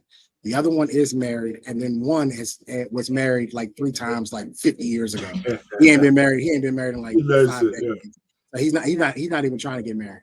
And so if you take what I see every morning with these guys is if you take care of themselves, take care of yourselves, you'll be just fine. But what we see oftentimes is, and I've said this before, you see majority of married men. Look at the picture of when they got married, the day they got married versus what they look like now. Yeah. Typically, they're bigger, fatter, overweight, they're lazier, and all this other stuff. It takes nothing away from what they provide for their family, but their personal health is declining, and it's declining because there's a comfort level in getting married. And a lot of guys feel like, oh, I don't have to put in the work anymore. I don't have to do these things. When in actuality, your life still does continue. And there is such a thing as gray divorce. And a lot of people getting divorced over the age of 50. So you need to be in the gym, and you need to be watching your diet. As a matter of fact, the older you get, the more important. The more you should be paying attention to your diet. I can definitely agree with the sentiments of ensuring that you maintain yourself while you are in marriage. Good evening to you, Payne. What's going on, man? What's happening? I'm doing all right. I heard you was a little under the weather for a little while there, man. No, not under the weather. Because of the condition that I have. Sometimes it takes its toll, but I appreciate the concern there, sir. Got it. I take an impromptu moment to come in and have a conversation with Trey directly here, sir. So I come here to help my brother here, Trey, with a complication he's having. With you can't help me with anything. Yes, I can. There's not one thing you can help me with. No, I come here to help you with an issue you're having. You can't help me with anything. You platform to get that out. Maybe it would have been good if it was some kind of resolution, but it wasn't to be. Like I said, I was only half joking about the Hamp thing, man. He sets up these guys who have beef. They go in the ring and they handle it. Shit, they've done that before. I'm not saying that's one way. I mean, you're a military man. I'm sure that they've done shit like that before. I promise that ain't okay. I'm just throwing that out there because that's a tool that he used on his channel for some guys who were beefing.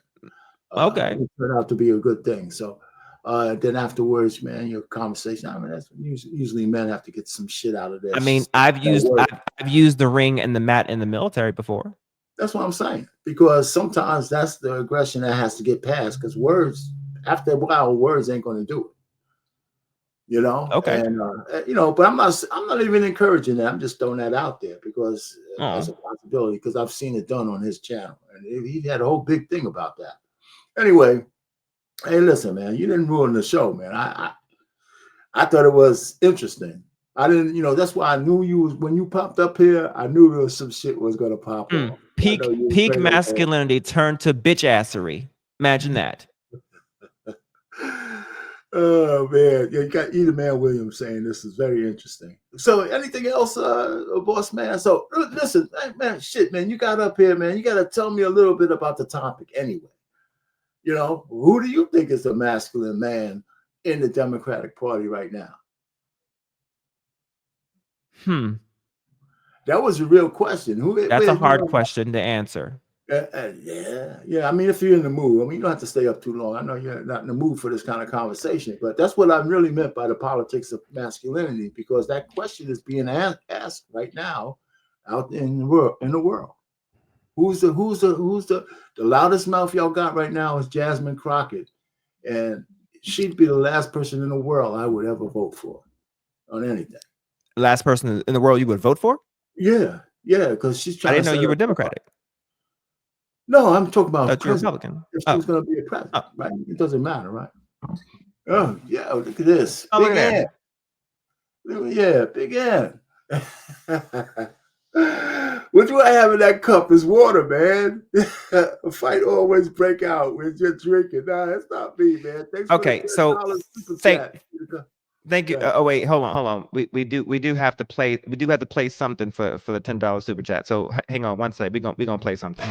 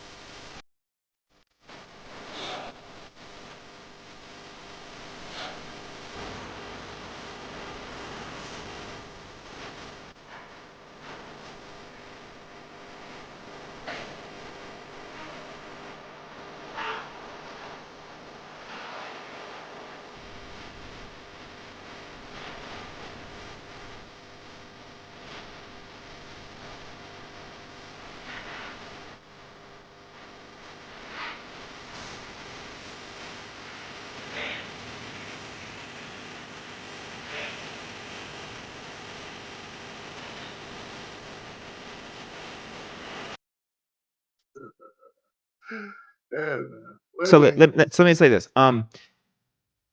This is the sentiment that I was actually going to lead with, and I'm actually leaning towards this right here. Which part of it? The second part? I don't. Fuck the masculinity part, and here's why. I personally don't think that a certain type of aura, whether it's feminine or masculine portion, is really what truly honestly matters in a sense. But I would say directness in a sense, or leadership.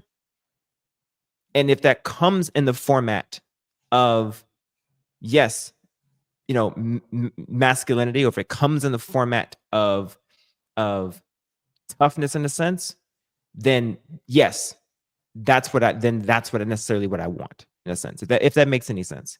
Right now, who is showing that at this very moment? A willingness to fight.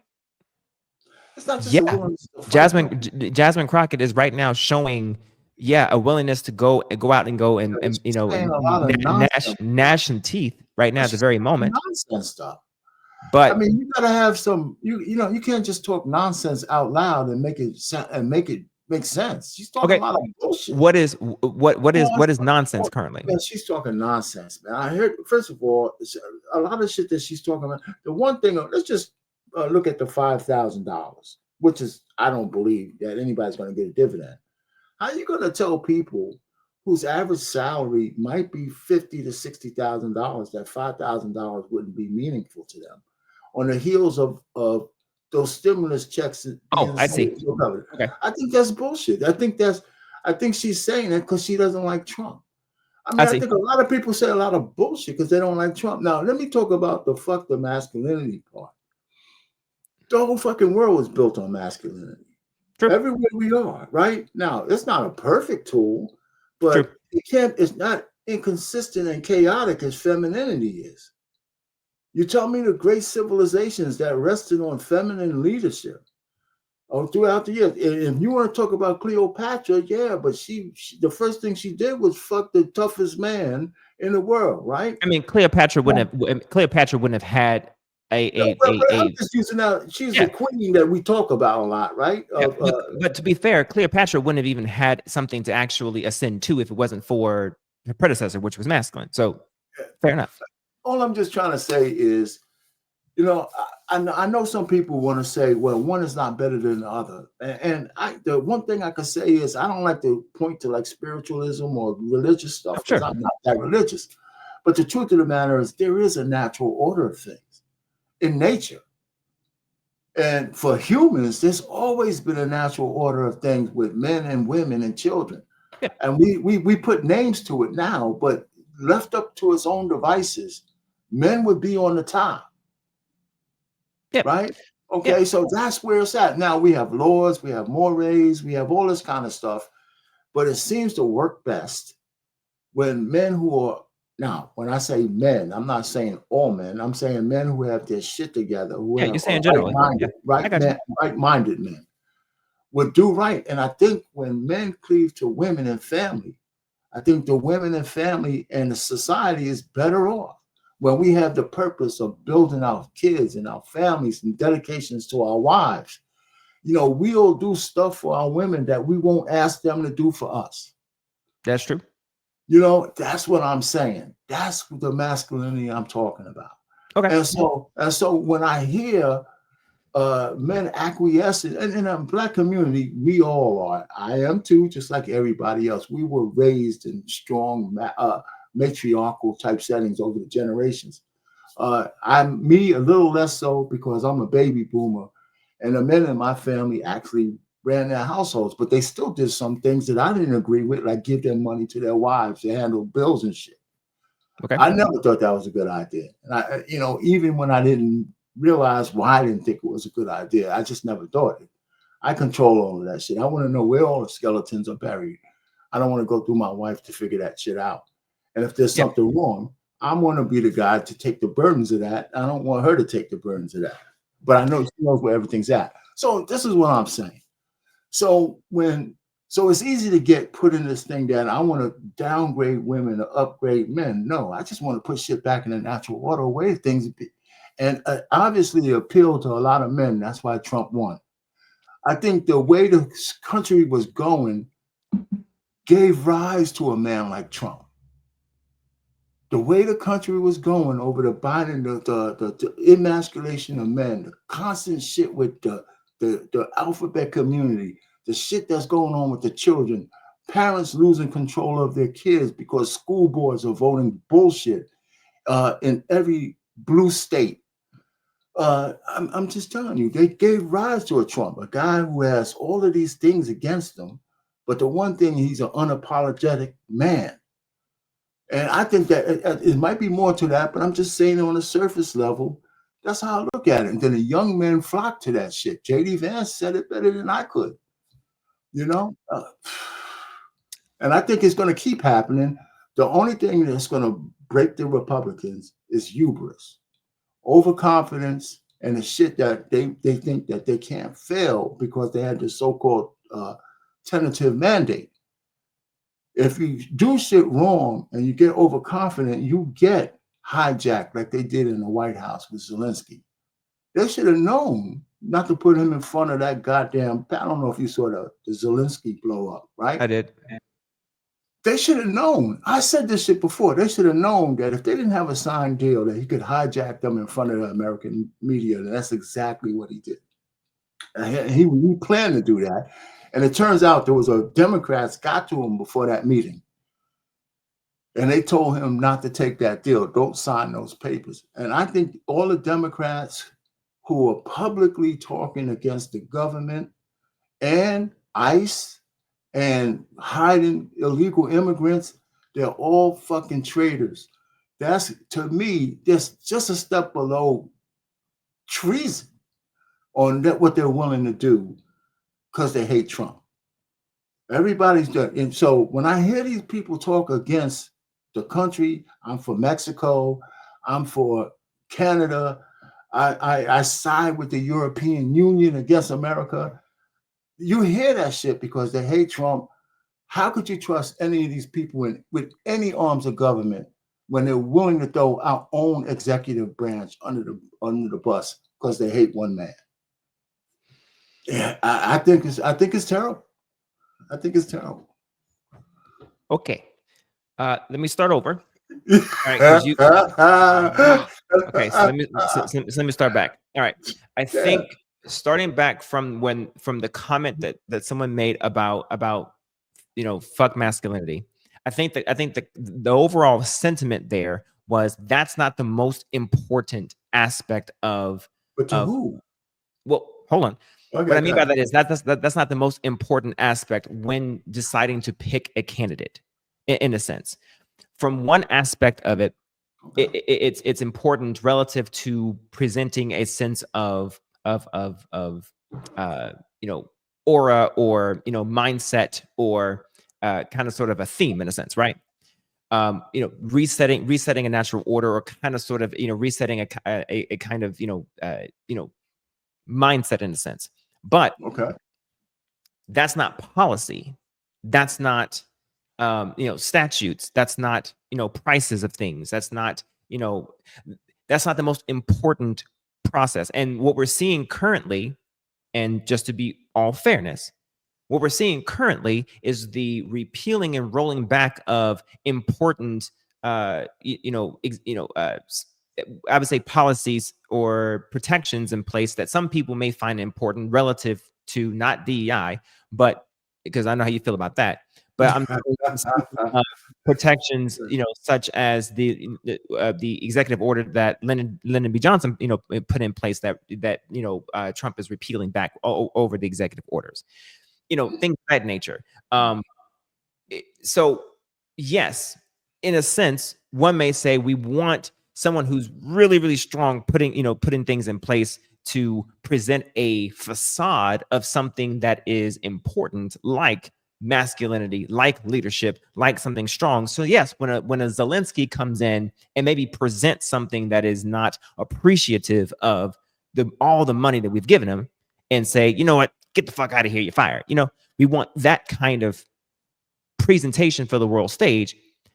But at home, if it's not conducive for us relative to our finances, our economics, relative to the fact that we have bird flu on the rise, we have rising economics, we have tariffs coming in and doing the opposite of what it is that we are supposed to have been dealing with. We having to import eggs as opposed to the fact that egg prices are supposed to be going down, just to use a micro example. We have federal workers losing their jobs. Those people voted for him, and those people are now fucking around and finding out. You see what I'm saying? There are things you have to kind of consider. Real life issues or masculinity. Well, no. See, I think you're making a false equivalency because the truth of the matter That's the point. That's the point. It's not an equivalency. That's the point I'm making. Okay, great. So the point really is when you talk about economy, you talk about the executive orders, you talk about what's going on. But everything you just said, the economy was something that the Democrats lost on. They didn't lose on masculinity. That's just a part of it. That was the part that nobody wanted to talk about out loud, was because they were moving away and they were making masculinity something ugly as an undercurrent over the fact that we had inflation, over the fact that we had unfettered illegal influx of illegal immigrants, and the blue states were all going to hell, lawlessness. When you tell criminals that they can steal up to $1,000 and they won't get nothing but a death warrant, then we saw stores being run over everywhere. So, and that was all under the Democrats. Okay. Right? So there's a lot of reasons. So now Trump comes in, and in 1 month he signs all these executive orders. Some I agree with, some I don't. Okay. Like the one for birthright citizenship. I think rightfully so. You can't change you can't interpret the Constitution by executive order. Okay. That has to be adjudicated Fair. by the courts. So I agree with that one.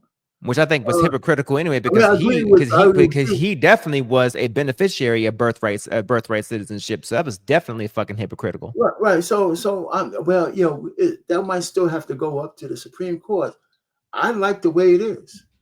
I like the way it is because it epitomizes the fact that the Constitution was written, even though the whole country was built to be a haven for white people. The way the Constitution was written, you could interpret it for all people, right? With a couple of amendments.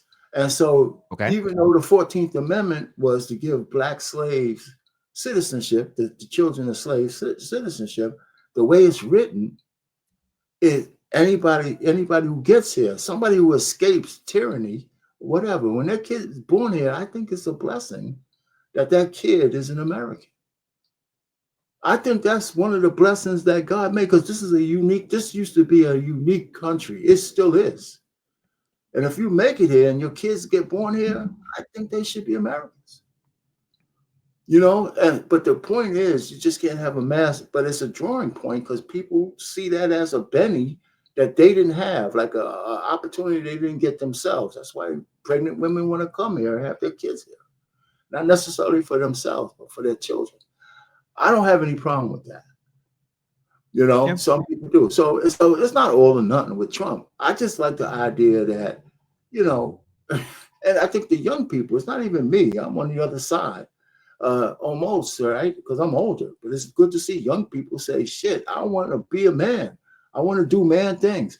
I understand that hey, hold on. This is an assumption.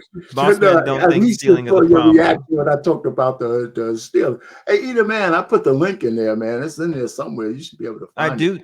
I do think stealing is a problem. I don't understand in what context. Well, when I mentioned the fact that there was lawlessness and stealing back then, you made a face. I made a face because he was specifically talking about in blue states.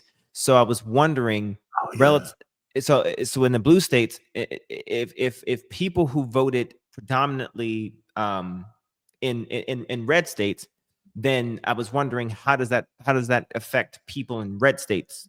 It was a thought process that I was twinging at, not necessarily the issue. Well, because you get it's a microcosm of seeing if the blue people win the whole country.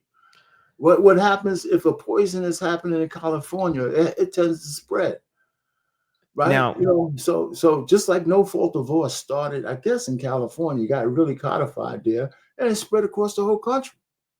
And look at marriage now. And it got taken advantage of. So here's my thing when it comes to some of this, because even though I voted Democratic, there are things that I am conservative about. So yes, I do think that people who are here illegally, they should not be here illegally. They also should not be able to work at all. The problem is that also conservative people who hire them also should be penalized too. Absolutely. Well, they're breaking the law. And so people who decide to hire them without an I-9 are largely and predominantly, not absolutely, but predominantly rural, conservative, red state farm owners.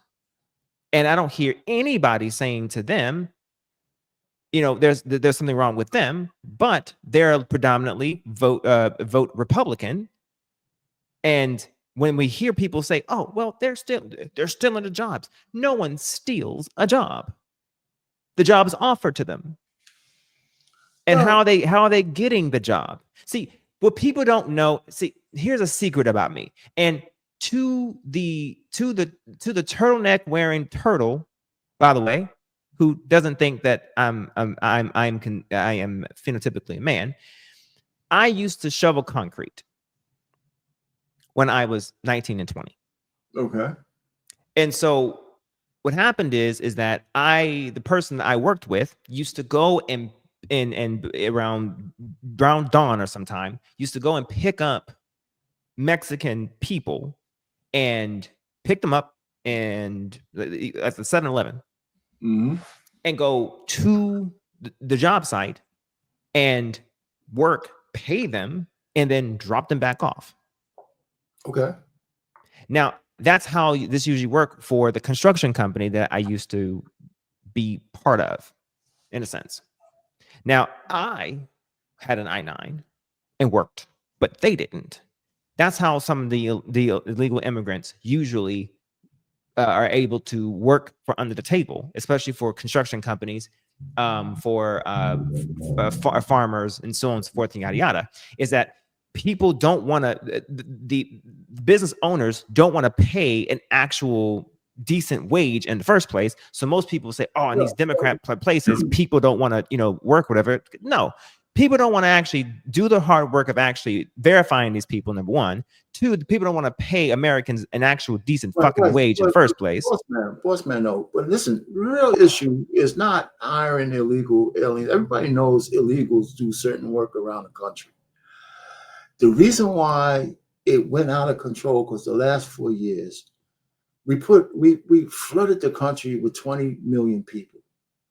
Right? It just flooded. Wait, hold on. This right here. You cannot hire anyone legally, because to hire someone, you need to perform an I-9. Yeah, so you actually aren't hiring them. Hold on. Before you get down in the weeds with all of Sorry, go ahead. Yeah. Sorry, go ahead, Payne. I think what blew the lid off of all of this was unfettered immigration over the last 4 years. Right? Because everybody knows that there's there's a gray market for illegal aliens. Everybody knows blue states, red states, everywhere, wherever you're at. Everybody knows that. But the thing about immigration is if ever you look at the steps to become a legal citizen, with the green card, one thing, or you come here on some kind of work visa, then you get sponsored or whatever. But the green card process, right, is so restricted. Like in 2018, I saw the last statistics I looked at, 32 million people applied, legally applied. Only 1 million people got a green card. And then, of course, it's the 5 years of you setting up residency and all that with your green card. But when you have 32 million people applying, you know this, and only 1 million get in, you create a black market. The black market, you create a black market with that difference, right? Because it's telling you that the demand is so high to become an American, and America is only letting 1 million people in legally at a time. And then it takes whatever years it takes after you get your green card. The pipeline is really it's narrow. I mean, I don't know. Are you familiar with Six Sigma? Six Sigma processes and stuff like that, black belt projects and stuff, Six Sigma. Well, anyway, the point I'm really saying is that there's a process to this thing, and the process is really restrictive. And the process has some natural bottlenecks in it that I think maybe it's by design. You know why it might be by design? Only a few people come in legally, because it's just there's an assimilation that has to happen for illegals. I mean, for immigrants. Like if you come from Europe, or you come from someplace, or you come from Africa, or you come from the South America, some people live closer to the way we live, so their assimilation will be easier. Some people live a whole lot different. So if you have 20 million people coming to America, even, assimilate them into whatever American culture is really goddamn difficult. Forget about some of them are criminals and all that. Assimilating people takes time into the way of the way of life that you want to have. That's why you have to control immigration. Nobody's really necessarily against it. It's just that how do you assimilate people if you can't control the numbers coming in? That's the big issue. So, and if you don't think assimilation is part of being an American, I would argue with you about that. It has to be. So I'll do. Okay, I'll provide just a little bit of pushback. Let me think really quick. Hold on. Okay, so so there's at certain places or certain institutions, I got to be careful how I do this. There's passport applications in a sense. And so what ends up happening is with certain applications and certain levels of access, in a sense, there's a certain process in it. In to her point right here, to her point right here, each process or each phase of the type of, I'll just say visa, in a sense. Yeah. That's what I can say. There's a process, and it's very bottlenecked. Right. And it's bottlenecked not because I think it's by design. It's bottlenecked because of the infrastructure being as poor as it is. When you say infrastructure, you mean government institutions? Personnel. That run it? Okay. So, I mean, and you say not by design, but the truth of the matter is, if it is, let's say it's not by design. Well, but then you may be onto something when you say by design, in a sense that it's designed that way, but not nefariously, if that makes sense. No, okay, let's yeah. take nefarious. I don't think it's nefarious that when I started to look at the process for the green card way. Okay. Right? There's another process towards citizenship when you come here on a work visa or something like that, but you have to be sponsored. And that sponsorship also has a process of you getting a green card while you're here at some point when you're sponsored by a corporation. So the green card really is the linchpin. It's a work visa, I think, right? Right. Yeah. Work visa. So all I'm saying, whatever that process is, or the processes are, they are naturally narrow. They're narrow. Okay. To the demand. Right. So one of the things I think Americans don't realize, I guess we realize because we see it, a lot of people want to come to America. And it's not all because they're asylum seekers. He's right. Yeah. But for whatever reason, neither party has done it. I wholeheartedly agree. This is a bipartisan thing, except the open, because Obama was restrictive. He was more restrictive than Trump was. That's what I'm saying. So it's the bipartisan thing. So the reason why we don't have a smooth immigration process, one, we do have to secure the border so we don't have to have all of this craziness. But then now we need to relook at, is it really just 1 million people a year that get a green card? Is that really sufficient for our needs? Or should we be looking at widening the bandwidth? So maybe it's 5 million as opposed to just 1 million. You know what I'm saying? And so, so if you could ease the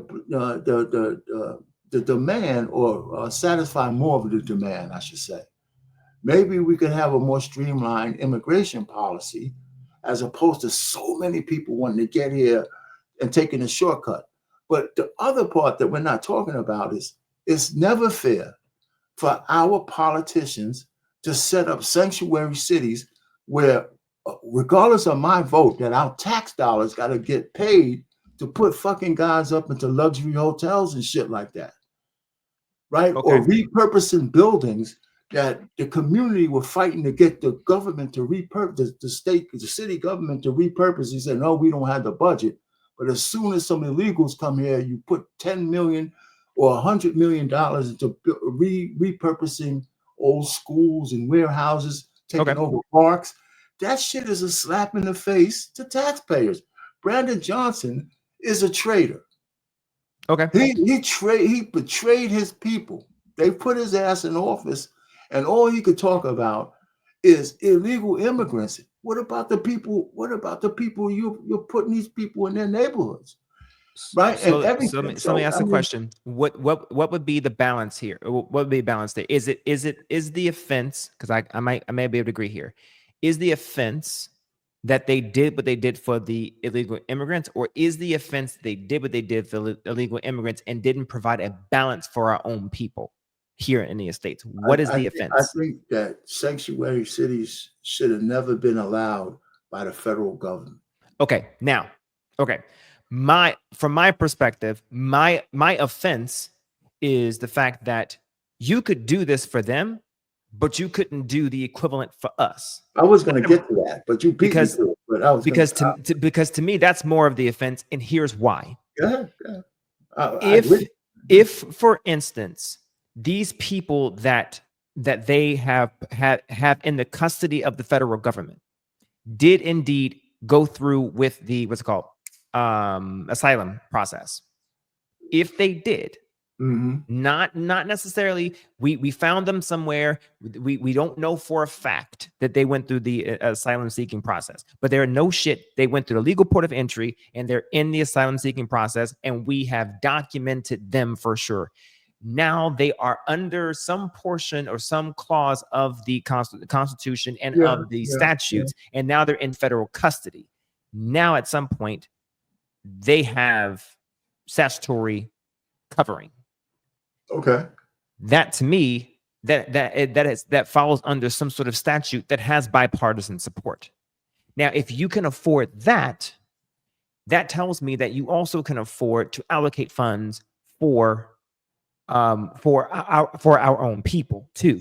More than likely, what ends up happening is when it comes to states being able to afford things for us here locally, wherever you may be, more than likely Congress has already appropriated and apportionment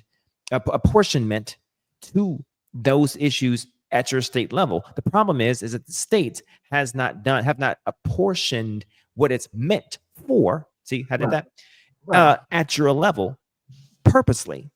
That's probably predominantly what it is.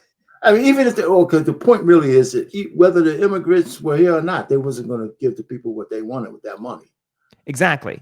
Now, I mean, yeah. So for me, now what I disagree with is if they were not under proper, because I'm really black and white guy here when it comes to illegal immigration shit. Right. So if they are not under proper asylum seeking statute and they are here illegally, but yet they were still receiving certain benefits, whatever the case may be, happening. Absolutely fucking wrong. I do not agree with that. I don't care how blue I vote. I do not agree with that.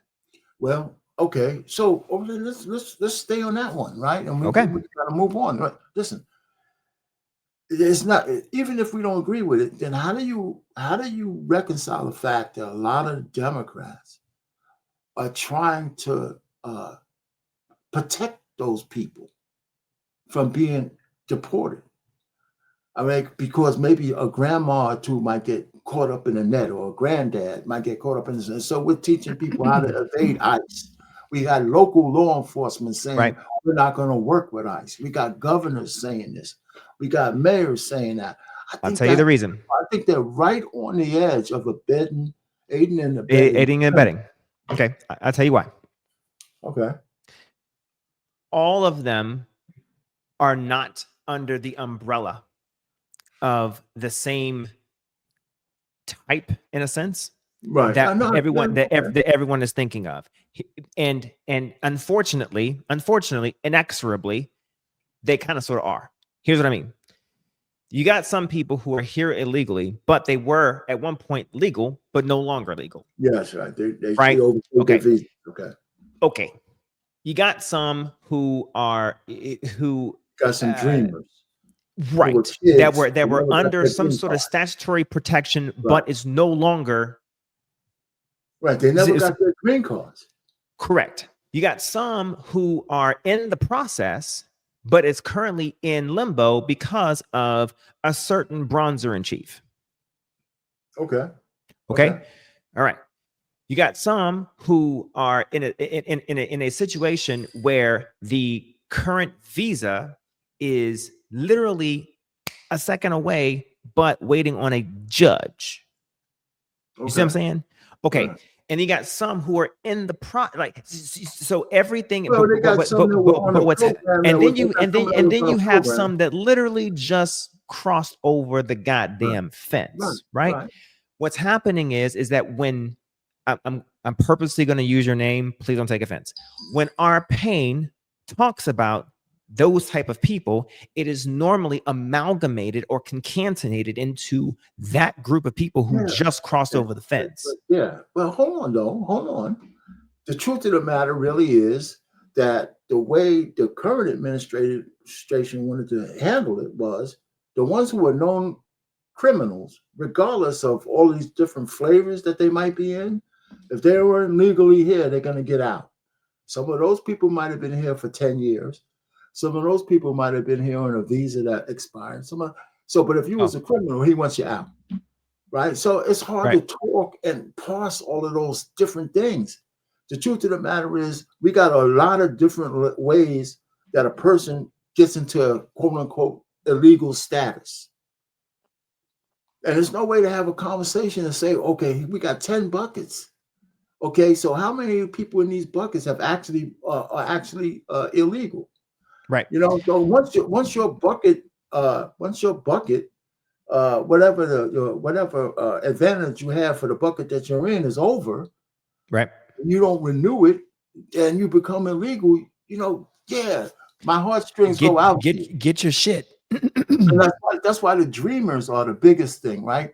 Kids of parents who are here, but the kids were never naturalized. But the only place they know is the United States of America.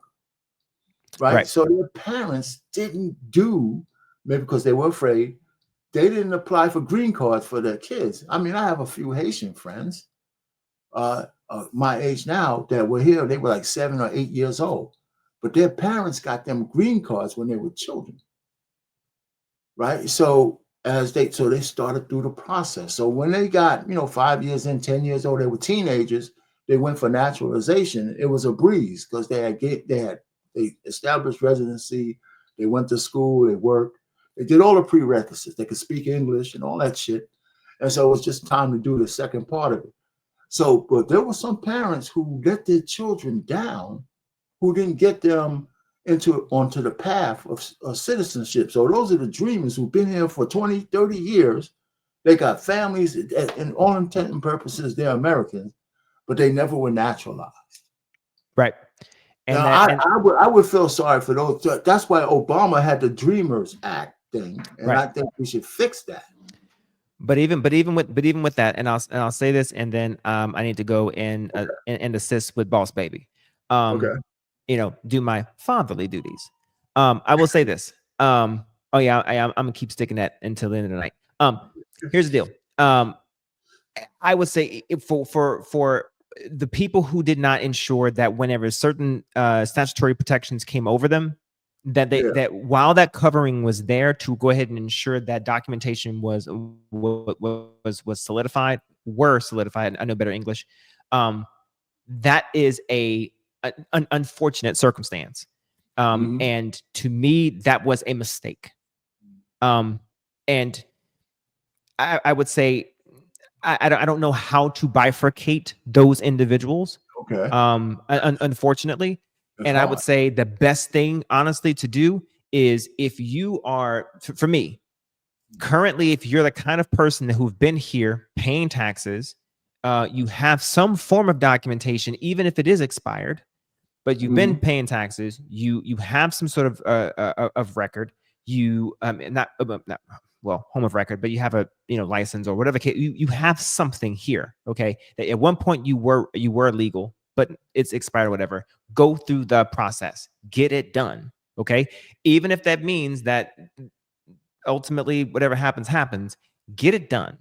Because what's gonna end up happening is the mango megalomaniac, okay, is currently doing shit that he honestly has the right to do relative to within the confines of his executive pen. That is what it is. And so he has the ability to go get ice and ice that ass. Okay. Unfortunately, we may not like it, but it is what the fuck it is. Okay. Objectively speaking. You know what, Boss Man? The only thing that I would say in Trump's favor is that everything he's doing now, he told everybody on the campaign trail. He did say, the Latinos who voted for him, okay, I'm going through TikTok and I'm seeing FAFO, and I'm like, he told y'all, black people who voted for him, okay, the island of you fuckers who decided to vote for him, the 20 to 25% of y'all fuckers who voted for him, anything that is anti-black people that is coming out, I don't want to hear shit. I haven't found one anti-black thing yet. You're not looking, but that's okay. Don't call Al Sharpton. Okay, Al Sharpton's full of shit. Okay, don't call NAACP. Don't do that shit. Okay, It hasn't been a black organization in years. all right, don't do it. You know what I'm saying? We're gonna have to have another conversation about all of this shit again. I mean, like I said, I have 4 black folks, black folks in a post DEI America. I have 4 different videos up here and different themes each time. So I think that the biggest fallacy is that DEI, black people is the face of DEI, which we shouldn't be. We're not the best, we're not the biggest beneficiaries of it, and we shouldn't be the face of that shit either. You know, it should be white women with signs marching, not us. You know, but it's not. We're the puppets for these people. We're puppets for the alphabet community. We're puppets for all the people who are benefiting from these programs. And what's even more insidious, that people think that black people only achieve high heights because somebody gave that shit to us because we're minorities and we need their help. And we didn't do it on our merit. That shit bothers me more than anything else. Very well. We'll pin that one, and I'll have to come back and volley with you Man, later go on that. take care of the kid. And listen, man, and you got the little beef, man. But thanks for sticking around, man. We had a conversation. All right, as usual, I disagree with you. Yes, so more to come, man. Okay, take it easy, boss. Take man. care. All right, man. Anyway, listen, as my way, we're gonna end the show here, which was really interesting. I know I dropped the link a couple of times. I thought Either Man was gonna come up and all that kind of stuff, but again, of course, I have my own little strategy when I leave. I think that there's something special about men being masculine men, and reclaiming our rightful position where we need to be on the food chain. And of course, I had to, generate a song about it. So this is going to be the last thing before I leave. And whoever's still here to listen to it, I'm gonna play it. I think I call it Ode to the Masculine Men.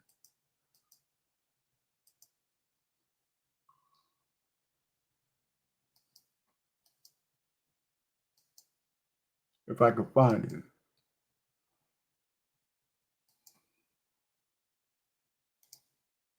In the heart of the storm, men stand so tall, with rugged hands and a will to never fall. Through the trials and the fire, they carve their way. Silent warriors, no extra words to say. Oh, to the masculine man, strong and true, with a spirit like thunder, skies of blue, in every heartbeat, in every breath they take. Here's to the strength and the lives they made. Laughter like the sun, and whispers like the breeze. They carry the burdens, they put us at ease. From their shadows we rise, we learn to believe.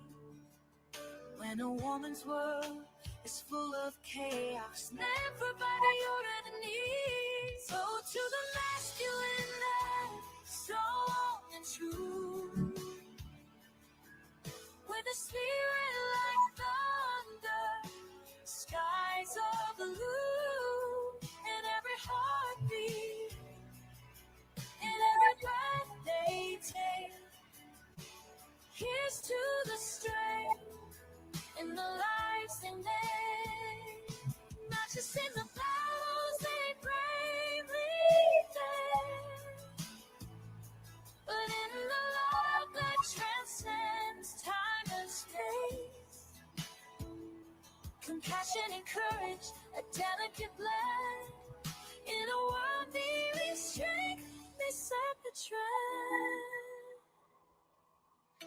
With stories of honor and dreams that ignite, they chase after the dawn, turning darkness to light. Through the laughter and tears, they paved the way, building bridges of hope. Come one day. Oh, to the masculine men, strong and true. When the spirit like thunder, skies of blue, in every heartbeat, in every breath they take, here's to the strength and the lives they make. So here's to the men who hold their ground. In the symphony of life, they stand 10 toes down, with the heart of a lion and the grace of a dove. Here's to the masculine man when push comes to shove. And with that, I'd say good night from your favorite baby boomer.